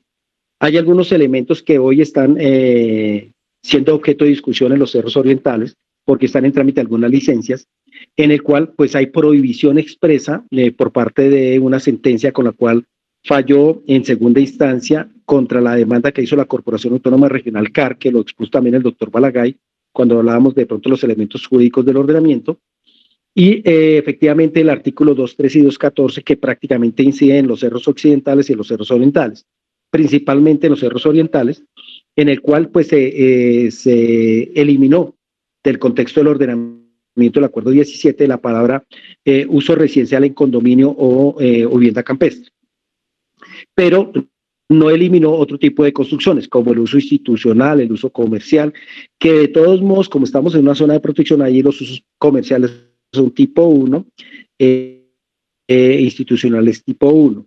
También hay algunos dotacionales, como es el caso que también asociados a los institucionales, como los colegios, servicios de salud si se requirieran, pero obviamente depende de la competencia municipal, infraestructura de servicios públicos, antenas de telecomunicaciones, ese aspecto están contemplados dentro de la norma actual, y adicionalmente con la realinderación de la Reserva Forestal Productora con la resolución 138, también permite algunas construcciones para enfocadas a la reserva, me refiero a aquellas construcciones del propietario de la tierra con elementos naturales o elementos que no permitan un impacto hacia la reserva, pero recordar que la reserva realinderada fue emitida en el año 2014, y no quedó dentro de todos los cerros orientales, sino en unas partes de los cerros orientales, como lo hemos mostrado de pronto en algunos procesos de socialización, y cuando mi compañera Saray también compartió con ustedes la estructura ecológica, elementos de estructura ecológica, digamos, para determinantes ambientales. Entonces, aquellas construcciones que pueden estar vigentes en este momento, pueden estar ocasionadas, unas que se hubiesen podido tramitar antes de la demanda de la CAR, es decir, estamos hablando más o menos en el año 2018, que pudieron haber estado inmersas dentro de las licencias y que puedan tener revalidaciones o prórrogas de la licencia que les puedan dar una vigencia posterior a la que hoy podamos tener. Ese sería un caso para analizar qué licencia es, y la otra es que puede ser un uso institucional, que sí está permitido, lo mismo la vivienda del propietario actualmente dentro del entorno. Eso para comentarles sobre el tema de las licencias. ¿Por qué se desactualiza? Era la otra pregunta, el catastro, si se está la licencia. Porque efectivamente, como lo mencionamos, la licencia de construcción, el deber ser es que una vez se emita la licencia y la persona construya, cuando se emite el famoso permiso de ocupación, que es un trámite que se desarrolla posterior a la licencia, que por lo menos está asociado a la infraestructura de servicios públicos, es decir, cuando ya el servicio público se conecta a la unidad de viviendas, prácticamente que se da esta autorización de ocupación, el deber ser es que esta licencia se reportara al catastro para mantenerla actualizada. Pero recordar ustedes que el catastro, digamos, hay varios procesos. Uno es actualización catastral, que se hace por temporalidades, es decir, la norma lo trae que por lo menos cada 5 años se haga la actualización, y otro es la conservación. Efectivamente, dentro del proceso de conservación es como ir a la par, ¿no? Anualmente mantener eso que esa construcción que se desarrolló, oiga, señor, ya la vi que está construida, está terminada. Señores catastro, por favor, incorpórenme en esta construcción, que en el caso particular del municipio de Chía, también a solicitud del propietario lo hacen, a veces porque quieren actualizar sus estados contables y su patrimonio para las declaraciones de renta. Entonces van al catastro, incorporan la construcción y ahí pues obviamente tienen una inversión, pero también está dentro de su balance y dentro de su zona o más bien dentro de sus patrimonios para la declaración de renta, y otra si es que a oficio por parte de las entidades públicas se haga el requerimiento de que se incorpore. Porque digamos que el municipio también hace a veces el ejercicio de la licencia, pero digamos que el proceso debería ser, digamos, masivo y eso, y lo otro, para que se puedan actualizar también las tablas de los valores, porque muchas veces es una casa con una tabla de valores antigua, es decir, es una casa viejita que de pronto la remodelaron, la actualizaron e hicieron 2 pisos o 3 pisos, y obviamente que las tablas de construcción ya no tienen la misma validez de esa construcción antigua a la nueva. Digamos que en ese sentido, por eso se va generando esa desactualización del punto de vista cartográfico en especial, y obviamente las bases alfanuméricas en el sentido principalmente en la construcción, ¿no? Porque la división material por lo general se constituye con catastro, porque cuando se hace la escritura lleva registro. Ahora que estamos en el famoso interrelación catastro-registro, se supone que el registro remite una copia de la escritura a la entidad catastral respectiva y ella tendrá que incorporar los valores. Pero sinceramente también por capacidad institucional, a veces el catastro no tiene la capacidad para actualizar, por eso los municipios tienen que estar haciendo estos procesos dinámicos en el territorio. ¿Desde qué punto de vista, digamos, se considera esa pregunta? Creo que eran los lotes de engorde, ¿cierto? Entonces, digamos, en los lotes de engorde que llamamos, o lo que lo clasifica la normativa, es aquellos lotes urbanizables, no urbanizados, son aquellos terrenos que no han generado las obligaciones públicas, es decir, no han hecho entrega de las obligaciones urbanísticas de las sesiones. Adicionalmente no han hecho la infraestructura de servicios públicos ni las vías locales para poder generar el desarrollo del mismo bien inmueble. O que adicionalmente, como en el caso particular del acuerdo 17 del año 2000, también adicionalmente en las licencias de construcción a veces obligan a tener licencia de urbanismo por la magnitud. Entonces, en estas situaciones, los lotes que no hayan hecho esa infraestructura o ese proceso de desarrollo, digamos, se consideran lotes urbanizables no urbanizados, y los lotes urbanizados no construidos son aquellos que después de haberse generado estas obras de infraestructura o haber entregado sus sesiones obligatorias dotadas y construidas como lo exige la norma, el predio se quedó quieto sin desarrollar la construcción y por tal motivo se considera un lote urbanizado no construido, que también se establece una tasa impositiva. Creo que uno de los puntos también preguntaban que si esa tasa la estaba aplicando el municipio de Chía. La respuesta es sí, está en el estatuto tributario para estos predios que demuestren que tienen una ocupación inferior por debajo al 10% del terreno, en lotes superiores a 750 metros cuadrados, los considera urbanizables no urbanizados, que por ende se le aplica la tasa impositiva que puede ir entre, como les comentaba, del 16 al 33 por mil, también dependiendo del avalúo, van empezando a incrementar este factor de liquidación. En el caso de la plusvalía, que mencionábamos por el tema del estrato, entonces, pues esa es una situación que se analiza puntualmente porque la persona podría haber pagado la plusvalía por el cambio de uso del suelo a un uso más rentable, pero digamos que la estratificación como tal en la estimación de la plusvalía no lo recoge el avalúo en cierta medida dentro de los valores que se toman del valor 1 al valor 2, pero digamos que el ejercicio en el caso de plusvalía no se hace la incidencia de actualizar la estratificación para que se cobre la plusvalía en ese separado. De pronto la pregunta más orientada podría ir enfocada al impuesto predial, para comentarles que Chía no aplica estratificación para el pago del impuesto predial, lo hace por rango de valos, por los coeficientes que les mostraba de pronto o que les señalaba en ley de impuesto predial. Entonces, en ese orden de ideas, Bogotá sí aplica estratificación, como les mencionaba también. Entonces, si yo tengo un estrato que es 3, pero realmente por metodología de estratificación es 2, mi procedimiento es que debo ir a la entidad competente. En el caso, por lo general está asociado a las entidades de planeación, las que deben revisar y actualizar la estratificación y entregarle el certificado de estratificación al titular de la propiedad para que él pueda actualizar y hacer el trámite respectivo con el nuevo estrato reportado. Ya pues directamente entrando con las preguntas de don Luis Eduardo, o las sugerencias que hace don Luis Eduardo, digamos que en términos generales sobre el caso de Hierbabuena, específicamente Sindamanoy, digamos que el impuesto predial, hablando de impuesto predial, digamos que la valoración del impuesto se hace, como les comentaba, por zonas homogéneas geoeconómicas de un entorno y también por zonas geoeconómicas físicas, digamos aquellos predios que tienen pendiente y van asociados, como les comentaba, a la propiedad privada, a la entidad, pues no propiedad privada, porque también hay avalúos catastrales para las entidades públicas, pero digamos que el avalúo va referenciado a una área de terreno que tiene un titular. Entonces, esa zona o subzona, dependiendo de los avalúos que hagan, genera las condiciones de los valores de la tierra. Claro, Sindamanoy, el valor de la parcela en Sindamanoy debe ser superior a un lote de Hierbabuena Alta cerca de la escuela, por decir algo, que no está dentro de parcelación campestre por las más obras urbanísticas al interior. El valor del suelo. Ahora pueden haber también diferencias en el valor de las construcciones. Hay predios dentro de Hierbabuena Alta, lo mismo que Fusca, que estando no en parcelación campestre, tienen unas construcciones muy...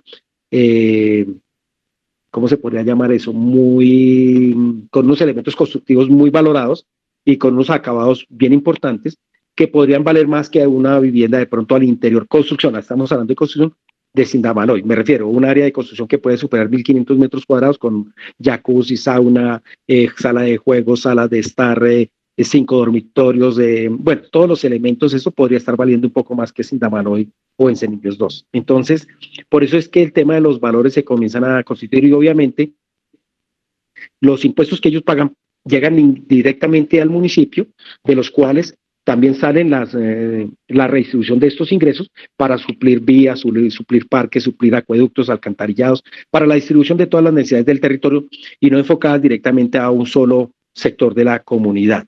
Por eso puede ser que de pronto algunos de los propietarios de algunas zonas se sientan o sientan que no es justo debido a que todo el impuesto llega a una sola bolsa y se reparte de pronto no en la misma cantidad de donde se origina. Pero realmente los avalúos se hacen metodológicamente según lo que se establece en las resoluciones emitidas por el Gobierno Nacional a través del Instituto Geográfico Agustín Codazzi y las entidades o las entidades catastrales descentralizadas para tal efecto. Sobre el tema de los avalúos, que por qué no los hace el IGAC, pues recordarle a don Luis Eduardo que digamos en el gobierno, digamos en el Estado colombiano, no solo el Instituto Geográfico Agustín Codazzi hace avalúos, hay lonjas debidamente formalizadas, cumpliendo toda la normatividad que exige precisamente el ente rector que se llama el IGAC. Adicionalmente hay peritos evaluadores debidamente inscritos en lonjas evaluadores y ahora hay un registro nacional de evaluadores. Entonces, cualquier persona que esté dentro de esta magnitud puede hacer avalúos.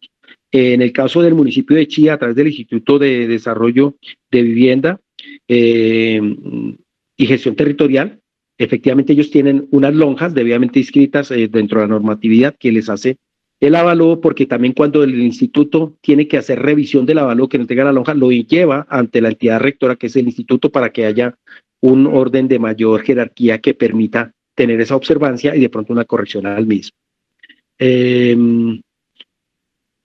Hay excepciones del impuesto en algunos casos, siempre y cuando sean autorizadas por el Consejo, el alcalde no las puede establecer, todo tiene que estar establecido por el Consejo de algunos aspectos.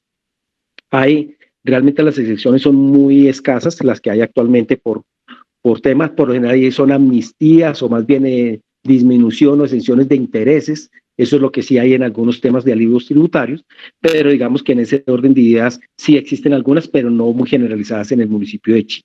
Sobre el tema de plusvalías, que mencionaba don Luis Eduardo con respecto a Caro y Cuervo, también el impuesto predial, pues digamos, para comentarles la realidad del municipio de Chía actualmente, la plusvalía que se está cobrando actualmente es solo el decreto 59, que está enfocado únicamente a las zonas de vivienda campestre y campestre especial. El sector del Caro y Cuervo, esa zona es zona de jardín múltiple, desafortunadamente no se emitió decreto de liquidación, Por tal motivo, en este momento no se podría cobrar ni exigir su pago. Sobre el impuesto predial sí está pagando normalmente como una institución, de pronto es del orden nacional o territorial, pero necesariamente dentro de eso también se genera el cobro del avalúo y sobre tal se lleva al gobierno o a la entidad territorial respectiva, si es del orden nacional o departamental o inclusive municipal, pero se hace el cálculo y se estima su pago y su contribución por parte del Estado. No le podría dar un dato exacto cómo está hoy, quién es el titular de la propiedad como tal donde está alojado el carro y cuervo, y si de pronto más bien por ser declarado un interés patrimonial o un bien patrimonial de interés nacional, pues eso sí pueden tener algunas exenciones de impuesto, por ley y por ley. Digamos, si yo tengo un bien patrimonial como un valor cultural que es de interés nacional, podría llegar al no pago del impuesto predial siempre y cuando se conserve en sus condiciones requeridas. Comentarle también en el caso de la iglesia, no se cobra impuesto por concordato a la iglesia católica únicamente, a los templos destinados a la oración y al culto. Es la única decisión que está desde el concordato que establecieron entre la iglesia católica y casi que el virreinato en esa época cuando se generó el tema de la conquista.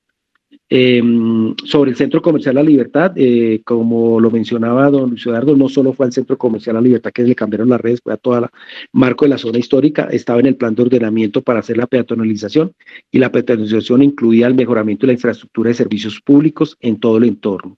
Entonces, sí, desafortunadamente se benefician unos predios como también deben aportar otros predios, y por eso es importante las actualizaciones catastrales, porque si yo mejoré esa infraestructura urbana a través de una peatonalización, a través de un parque, y estos predios comienzan a tener una dinámica de mayor valor, pues es justo que se actualicen los avalúos y que paguen proporcionalmente a la actualización del mismo avalúo en impuesto y contribución que deben asociar. Con relación, digamos, ya a la intervención, y obviamente ya para rematar con el tema de las preguntas que nos hacía don Luis Eduardo sobre el derecho del paisaje, sí es entendible que la zona urbana pues debería tener siempre un horizonte hacia los cerros, unas visuales, pero también pues yo creo que fue uno de los ejercicios que traíamos, cómo debemos definir un modelo de ocupación, si es un modelo compacto, extenso, cuál es esa compactación y si es compacto, cuál es esa densificación que debo permitir y hasta qué cierto tipo de alturas que no me afecte todo un entorno de ciudad y un perfil de ciudad.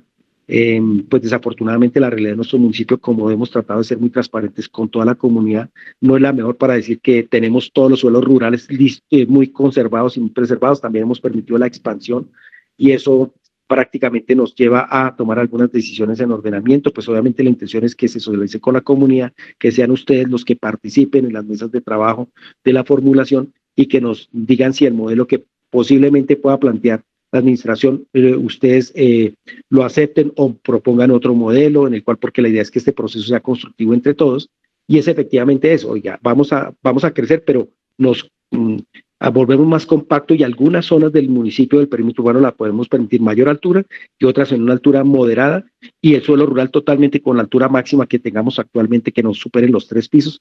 Son decisiones del modelo que tenemos que decidir con todos ustedes. Pues ya finalmente con Helga, entiendo la situación del estrato, Helga, como le comentaba, pues el avalúo catastral no está asociado al estrato en Chía, el cobro no se hace por estrato sino por rango de avalúo. Entonces, si mi propiedad, incluido el suelo y la construcción, puede tener un rango de avalúo pues relativamente alto, depende del coeficiente que se ubique, puede pagar un impuesto alto. Si hay algunas condiciones de vivienda de interés social y que no superan los 135 salarios mínimos legales mensuales, el pago del coeficiente es del 3 por 1000, según el estatuto, el 107 del año 2016.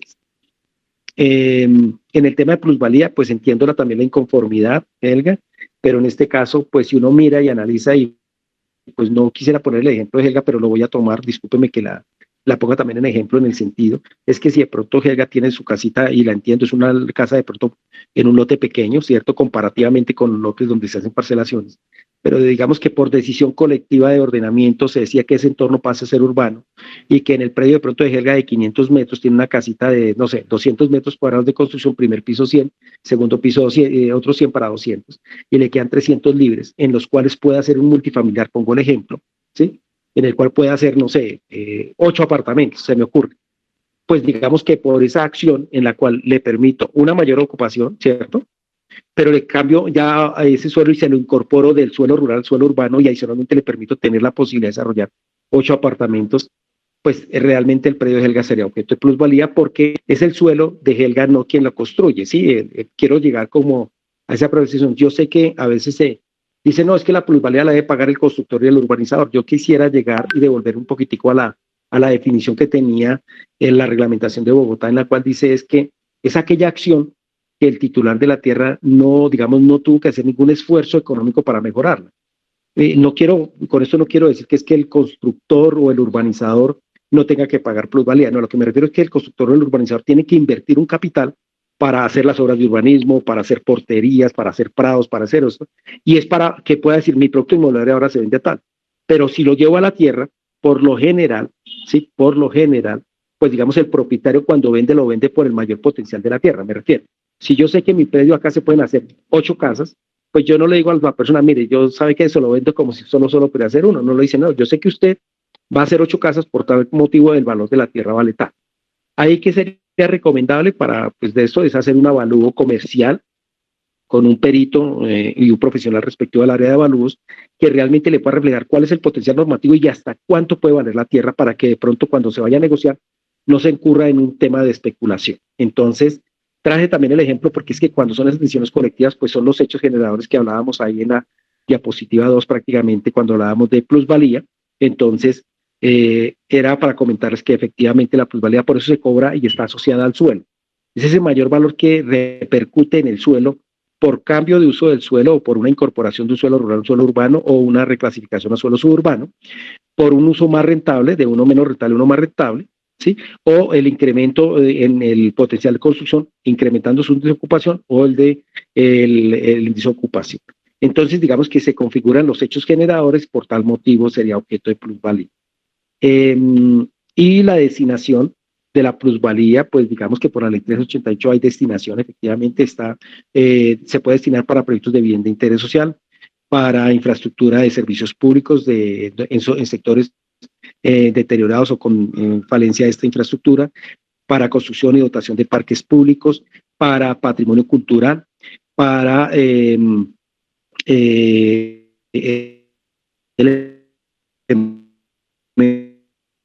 elementos de conservación histórica. Entonces hay unas destinaciones ya contempladas en la ley 88. A diferencia del impuesto predial, digamos, esta sí tiene una destinación y sobre esos recursos tiene que financiar. Dentro de los recursos de plusvalía del municipio que ha captado, ¿qué les puedo contar? Se hizo independización del alcantarillado Aguayuya sobre la carrera 11, una parte de la calle 10ª también, parte de uno de los conectores de la calle 29 y algunas zonas de independización también de redes en el sector El Cairo. El Cairo en el 20 de julio, disculpen, no tengo presente bien la obra, en este momento me le pido disculpas a todos ustedes, pero no tengo preciso esa otra obra en donde fue efectuada. Ahí digamos más o menos están los recursos de plusvalía sobre lo que ha recaudado el municipio de Chía. No sé qué otra pregunta se me escape y si se me escapó alguna les pido que me disculpen y si me la pueden recordar para aclararla. Gracias. Ingeniero Orlando, nos han hecho otras preguntas en el chat. Nos preguntan que cuántos kilómetros a la redonda se tiene en cuenta para cobrar el impuesto de plusvalía por las nuevas vías u obras públicas. También nos preguntan qué conjunto hay en casa. ¿Qué pasa cuando en un conjunto hay casas en diferentes estratos y siendo iguales? O sea, digamos que en un mismo lugar se presentan casas de diferentes, digamos, temas de construcción más grandes y demás, que no respetaron las licencias. También hay diferencia en el cobro predial. Entiendo que son como cuando se desarrolla proyectos de desarrollo urbanístico que tienen una licencia por un modelo tipo y digamos que lo amplían, entonces que si eso da a cobro adicional de impuesto predial. Vale, Helen, ya. Listo. Nos preguntan, por favor, respetar los íconos visuales hacia los cerros, principalmente desde el centro histórico, en este momento fuertemente afectado por la construcción de la alcaldía o el CAM, en el predio donde estaba el Consejo Municipal y la Casa de la Justicia. Sobresaliente en el marco de la plaza, se roba el protagonismo, le resta valor paisajístico pues, a la zona histórica. Esas son las preguntas que nos realizan nuestros participantes. Gracias, Helen. Nuevamente, para ellos, bueno, ¿cuántos kilómetros a la redonda se pueden cobrar la plusvalía? Digamos que por obra pública, en el caso particular de Chía, no se ha ejecutado. Bogotá, por lo general, cobra plusvalía por los otros 3 hechos generadores, no por el cuarto, porque ellos tienen el instrumento de valorización muy puntual. Medellín también implementa muchísimo el instrumento de valorización, que es más puntual. Sobre plusvalía, que tiene como un ejercicio muy similar a valorización, uno debe hacer, depende el grado de incidencia de la obra de infraestructura. Entonces, ¿qué pasa? Que depende el factor que lo hace por lo tanto también los economistas que hacen el estudio, dentro de un rango inmediato sobre el valor que lo hacen, efectivamente la incidencia que tiene la obra pública sobre el valor de la construcción. Entonces me refiero, si en los primeros 100 metros la vía generó un mayor valor de la tierra o va a generar un impacto positivo, digamos, tendrán un rango de liquidación mayor al valor de la vía de los que se van alejando. Entonces el criterio es, entre más cercano y sobre el frente de la obra de infraestructura, va a tener mayor incidencia, por tal motivo tiene mayor repercusión su valorización y va a pagar mayor valorización. El que se va alejando, pero que hace uso de esa infraestructura también podrá contribuir a la valorización, pero en una mayor escala. Recordar que, digamos, en tema de plusvalía, también llega el momento que cuando se liquida la obra de infraestructura, también se analiza el impacto, digamos, a los predios inmediatamente contiguos a la vía, es decir, si estos predios tuvieron que afectarse para poder generar la obra de infraestructura, entonces esa área se descuenta de la estimación. De igual forma, las sesiones obligatorias que de pronto ese proyecto tenga o ese desarrollo urbanístico tenga que hacer, también se descontará para el efecto plusvalía. Pero realmente en la respuesta muy general, no, pues digamos que la intención es poder desarrollar un poco más el tema de valorización para entender un poco más la plusvalía en ese sentido, que está asociado, sí, al área de influencia de la obra de infraestructura. También se tiene que mirar capacidad de pago de la persona que va a contribuir en el caso de valorización. En el caso de plusvalía, pues efectivamente así se analice, pero digamos que se irradia entre todos los propietarios objeto de la zona o subzona. Y en el caso también de valorización, por decir algo, se podría efectuar antes, durante y después de la obra, que lo permite la norma. Entonces, digamos que hay algunas diferencias entre la obra pública financiada por valorización y la obra pública que sea contribución por parte de plusvalía. Entonces, en este orden de ideas, digamos que no hay un kilometraje exacto, eso se hace el estudio. Hay sí unas áreas de influencia sobre el proyecto, que es la que me va determinando ese grado de participación para poder estimar el valor efectivo de la plusvalía. Y en el tema del conjunto residencial, tendríamos que analizar el caso, porque si es un conjunto residencial en el cual está regido por reglamento de propiedad horizontal, se supone que debe tener 1, 2 o de pronto hasta 3 tipos de construcción, pueden haber varios. Entonces depende de la tipología de vivienda, habrán unas unidades de vivienda de pronto que tienen unas condiciones constructivas y habitables diferentes de una a otra. Pero por lo general, en el caso de estratificación, el estrato es homogéneo al conjunto residencial que está regido por reglamento de propiedad horizontal. Ahora, ¿en dónde pueden haber diferencias? En el tema de los servicios públicos, porque los servicios públicos, como también tienen que, para uso residencial, tienen que establecer el rango de estratificación. Puede ser que cuando la empresa de servicios públicos, en el caso de Chía, puede ser el acueducto de Chía en Chía, fue y le hizo la conexión de agua a la casa 1, después a la 5, después a la 20, de pronto a la 1 estaba en un estado de construcción y hasta ahora dijo, este es estrato 2, por decir algo. La 3 ya estaba totalmente terminada, o la 5 estaba totalmente terminada, digo, este es estrato 4, y la otra realmente hasta ahora estaba en cimentación y dice, no, él va a estar en estrato 2, por decir algo, hago el ejemplo, pero eso no quiere decir que el conjunto todo sea en esos estratos, el conjunto puede estar en estrato todo 4, y lo que debe hacer la empresa de servicios públicos es actualizar al estrato certificado por la entidad competente, que en el caso de Chía es la Secretaría de Planeación, y es aplicando la metodología de estratificación dispuesta por el Departamento Administrativo Nacional de Estadística, que es quien entrega las metodologías para que los municipios del país apliquen este mismo instrumento y lo puedan actualizar en todos los servicios públicos. También sucede lo contrario, que el municipio puede tener en estrato 2 el conjunto, puede ser un conjunto de bien de interés social, por decir algo, o estrato 3, y en los servicios públicos aparecen los servicios del gas rural en 4, el del acueducto en 5 y el de energía en 3.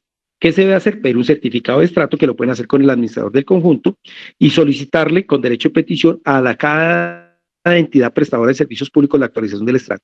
Si pasados, más o menos, depende de los ciclos de facturación, si pasados, digamos, el siguiente ciclo no se ha ajustado el estrato y la liquidación respectiva, se puede elevar la consulta, nuevamente la queja o la solicitud a la empresa, pero con queja a la Superintendencia de Servicios Públicos, para que ellos obliguen a la empresa a homologar la estratificación, que en este caso es la que emite la entidad territorial respectiva. Esto sería en términos generales las aclaraciones. Ojalá haya podido dar una respuesta apropiada a las inquietudes y que pues haya despejado las dudas respectivas. Gracias, Helen. Listo, entonces para culminar le daremos el uso de la palabra a Alicio Moreno y María Cristina. Por favor, tiene cada uno 2 minutos, teniendo en cuenta pues que ya excedimos el tiempo planteado. Don Alicio, tiene el uso de la palabra. Sí, muy buenas tardes para toda la mesa de trabajo. Pues no, mis preguntas es con respecto al urbanismo en Chía. Pues resulta que Chía no tiene un urbanismo adecuado en ninguna de las veredas, en ninguna de las barrios, ni prácticamente ni en el casco urbano. El urbanismo que tiene Chía es un urbanismo que no ha sido diseñado, organizado, no ha tenido nunca una planeación en este tema, y pues me parece totalmente como grave esta situación en todas las veredas y barrios del municipio de Chía, porque pues no solo en las veredas, sino en los barrios centrales del municipio, donde no hay calles, donde no hay andenes, donde no está el alcantarillado adecuado, donde la luz es intermitente en todos los sentidos. Y pues bueno, eso en ese sentido. En el sentido de la plusvalía, quisiera saber cuántas veces puede cobrar el municipio la plusvalía, debido a que puede haber un desarrollo en un predio, y ese desarrollo de ese predio fue aprobado por X o Y secretaría, y al cabo del tiempo no se construye ni se hace ese desarrollo en el cual está planteado, sino se deja un tiempo y al cabo de un tiempo vuelven y hacen el desarrollo, pero ya en otra forma. ¿Eso tiene algún otro incremento en la plusvalía o se vuelve a cobrar la plusvalía en ese sentido? Ese sería otro de los temas. Y pues en el tema de edificaciones, en la parte rural, ¿cuántos pisos están autorizados en lo rural? Estoy preguntando en lo rural, lo hago por mi vereda. ¿Cuántos pisos están autorizados en una institución, por decir algo? Entonces, eso quería como saber de mano del organizador de estos proyectos de urbanismo y de planeación. Entonces, pues quisiera pues también mirar en la parte rural estas edificaciones grandes que se hacen. ¿Qué se tiene contemplado para el tema de alcantarillados y servicios públicos? Porque pues se sabe que en la parte rural, no, por ejemplo, Hierbabuena no tiene alcantarillado, y unas mega construcciones donde se necesitan estos servicios, pues me parece gravísimo, porque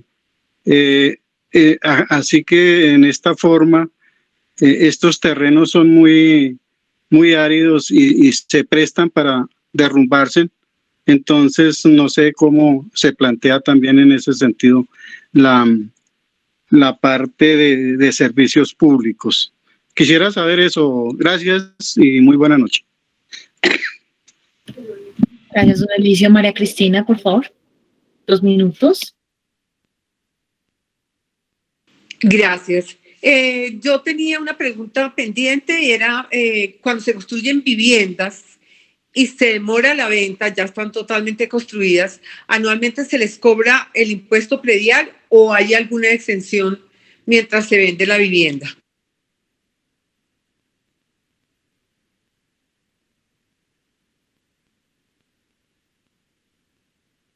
Listo, gracias María Cristina. Ingeniero Orlando, por favor, para responder y dar la clausura de este escenario. Bueno, sí. Don Elicio, muy buenas noches, nuevamente saludarlo en este espacio tan importante que nos acompaña. Bueno, sobre el tema de urbanismo, pues digamos que hay aspectos que comparto, otros no con don Elicio, pero en términos generales sí, desafortunadamente nuestro municipio no tiene un modelo de ciudad coherente a lo que se requiere. En el acuerdo 17 habían buenas intenciones, pienso que hay algunas intenciones interesantes, pero desafortunadamente también el marco normativo que acompañó no fue tan exigente ni se hizo cumplir. Adicionalmente se generaron interpretaciones en algunos elementos. El ordenamiento del acuerdo 17 pienso que también tenía unos enfoques apropiados, establecía algunos desarrollos para hacer agricultura sostenible, pero desafortunadamente también en las fichas normativas se daba otros temas que permitieron ese proceso de suburbanización tan fuerte que todos lo conocemos.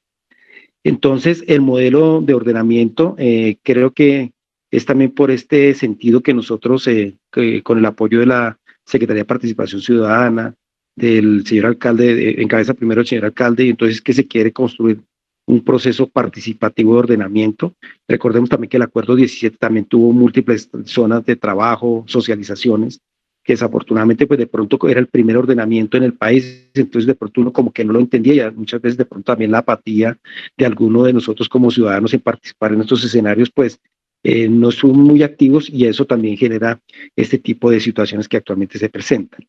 Creo que en ese tránsito hemos madurado un poco más, y creo que ya tenemos experiencias malas de nuestro ordenamiento, pero también tenemos de pronto algunos ejercicios que vale la pena tenerlos en cuenta. Entonces, en ese sentido del ordenamiento, pues hasta, digamos, en el tema de vías, con toda la razón, don Elicio, hay vías que desafortunadamente se permitieron urbanizar donde no se tenía que urbanizar, pero lo otro también es que el municipio no tenía un músculo financiero que pudiera financiar. Recordemos que cuando hay afectaciones viales también tiene una temporalidad en la norma, y si yo no tengo el recurso, pues no puedo mantener de por vida una afectación de una vía, y desafortunadamente eso hay ya jurisprudencia suficiente que culmina que el municipio, si no hizo la afectación de los respectivos predios para hacer las obligaciones urbanísticas o públicas que estaban estimadas, pues no puede tenerlos afectados a perpetuidad. Entonces sé que ese elemento fue débil, que estaba enunciado en el acuerdo 17, pero que el municipio no lo implementó y lo desarrolló posteriormente, y la priorización también de los recursos no se enfocaron al programa de ejecución, digamos, en la primera medida que indicaba el ordenamiento. Para destacar un ejercicio que creo que don Elicio, no sé si lo comparte o no, pero creo que para mí los centros integrales veredales que tenía el acuerdo 17 era una muy buena apuesta, porque sobre los colegios existentes la intención es que se fueran comprando los predios y generar los equipamientos culturales, deportivos, de recreación para la comunidad de las veredas. Y creo que bien o mal, pero se han ido haciendo esos ejercicios a través, digamos, de la vigencia del acuerdo 17, y eso lo destaco porque creo que allí se han logrado fortalecer más estos equipamientos. No de pronto con la suficiencia requerida, pero sí se ha hecho el ejercicio en la zona. Entonces, ya entrando puntualmente sobre la pregunta de plusvalía de don Elicio. Una plusvalía efectivamente se genera por acción urbanística, entendiendo que la acción urbanística puede ser el estudio de un plan de ordenamiento que permite esos hechos generales que ya los mencionaba, o de los instrumentos que lo desarrollan y lo complementan. Pero para el ejercicio que me hice de don Elicio, y podemos colocar el ejemplo, discúlpeme si lo voy a colocar en contexto, pero sería el siguiente. Pensemos que el acuerdo 17 generó una zona de expansión que fue allá cerca de Mercedes de Calahorra, ¿cierto? Área de expansión urbana, y lo generó como plan parcial, el cual se está desarrollando. Entonces esa zona se incorporó al perímetro urbano, tenía que haberse pagado plusvalía, pero tiene, digamos, una edificación o una altura un promedio de 6 pisos, 7 pisos máximo. Pero resulta que ahorita en la revisión del plan de ordenamiento, en este sentido colectivo, le decimos, no, allá sabe que hagamos una cosa. Para las casas, las construcciones que tenían 7 pisos, ahora vamos a permitirlos que construyan 12 pisos. Entonces me va a generar otra plusvalía. Si yo le hubiese liquidado la plusvalía con esa edificabilidad cuando se implementó el plan parcial, ya la tendrían que haber pagado para el trámite de la licencia. Y ahora viene un nuevo ordenamiento, pues vuelvo y grabo plusvalía porque me permite adicionalmente a los 7 pisos ya construidos generar otros 12 pisos. Entonces, ahí viene una condición, es decir, que de pronto yo la liquido, se la inscribo en el folio, pero de pronto no va a ser exigible hasta que el titular de esa licencia no construya los 5 pisos adicionales. Esa sería como la respuesta a don Elicio, pero la plusvalía se puede cobrar por cada acción urbanística. Ahora la norma, como le comentaba en el decreto que salió en el año 2019, dice, para el tema de licencias es que demuestre que está utilizando la norma urbanística o la actuación urbanística que le permite concretar ese hecho generado. Entonces ahí ya pienso que fue también bien intencionado que el gobierno sacara, y si no, digamos que de pronto una persona tenía capital para tener un potencial para hacer 7 pisos, pero puede construir 2 y de una vez se cobra la plusvalía de 7 pisos, pienso que también no era justa en el sentido de que por capacidad económica solo puedo hacer 2 y de pronto en un futuro puedo hacer los otros 5. Cuando en ese futuro puedas tenerlo porque se capitalizó la persona, pues pagará en ese momento la plusvalía proporcional a los 5 pisos que le quedaron pendientes. Entonces, en ese sentido, y también por revisiones de plan de ordenamiento, sí se pueden cobrar nuevas plusvalías dependiendo si se vuelven a concretar hechos generadores, don Elicio. La pregunta sobre edificaciones en el suelo rural, don Elicio, como en algunas charlas ya lo hemos tenido con don Elicio, en el suelo rural, a excepción de los corredores viales suburbanos y en la zona jardín múltiple, que hace parte también de la vereda Hierbabuena y de Fusca, entre la margen de la protección del río Bogotá hasta más o menos la cota 2650, ahí cerquita la carrera séptima, se llama zona jardín múltiple, la altura son 7 pisos. En los corredores viales suburbanos también son 7 pisos, que son el corredor de Chía hacia Cota y el corredor de Chía hacia Cajicá, principalmente. En el resto del suelo, a partir de la cota 2650 hacia los cerros, la altura máxima permitida para usos no residenciales son 3 pisos y para usos residenciales son 2 pisos. Don Elicio, esa sería la respuesta con relación a eso. Y para el tema de servicios públicos para grandes proyectos, como lo expone la ley 142 de 1994, en el suelo rural, el obligatorio a prestar los servicios es el particular, quiere decir que puede hacer autoprestación de servicios. En ese sentido, para proyectos como un ejemplo Prisma, deberán disponer de una planta de tratamiento de agua residual con el permiso debido por la Corporación Autónoma Regional CAR para la concesión o más bien el permiso de vertimientos. Para otros proyectos como la Universidad de La Sabana, también tiene que hacer planta de tratamiento. Para otros proyectos como, ¿qué le puedo yo mencionar? Altos de Fusca, la parcelación debe tener planta de tratamiento porque deben demostrar de que no hay vertimiento directo al suelo. Tiene que haber una fuente para hacer vertimiento con el debido permiso de vertimientos, con obviamente los parámetros de calidad de agua que deben llegar a las fuentes hídricas. Y en reuniones que hemos sostenido con la Corporación Autónoma, nos dice que hay una circular cercana al año 2018 en la cual prohíbe vertimiento directo al subsuelo, es decir, que los pozos sépticos ya no es una opción para hacer un sistema de saneamiento local en parcelas o en lotes individuales. Entonces, don Elicio, esos proyectos grandes deberán demostrar que tienen la infraestructura de servicio como autoprestación, es decir, construir su propia planta. Hay algunos casos donde no hay fuente hídrica que por esta circular que le comentaba, tendrán que contratar un vehículo Vactor para que vayan y les desocupen la planta de tratamiento y llevarse las aguas residuales que almacenan a otros sitios de disposición, que son muy escasos los autorizados en Cundinamarca. Y ya finalmente a doña María Cristina, con respecto a las viviendas terminalmente construidas que no se venden, sí, efectivamente, desde que ya está incorporada en el catastro, se sigue cobrando la anualidad total. Digamos que aquí no hay una excepción que porque no estén habitadas no se paga el impuesto, no es viable.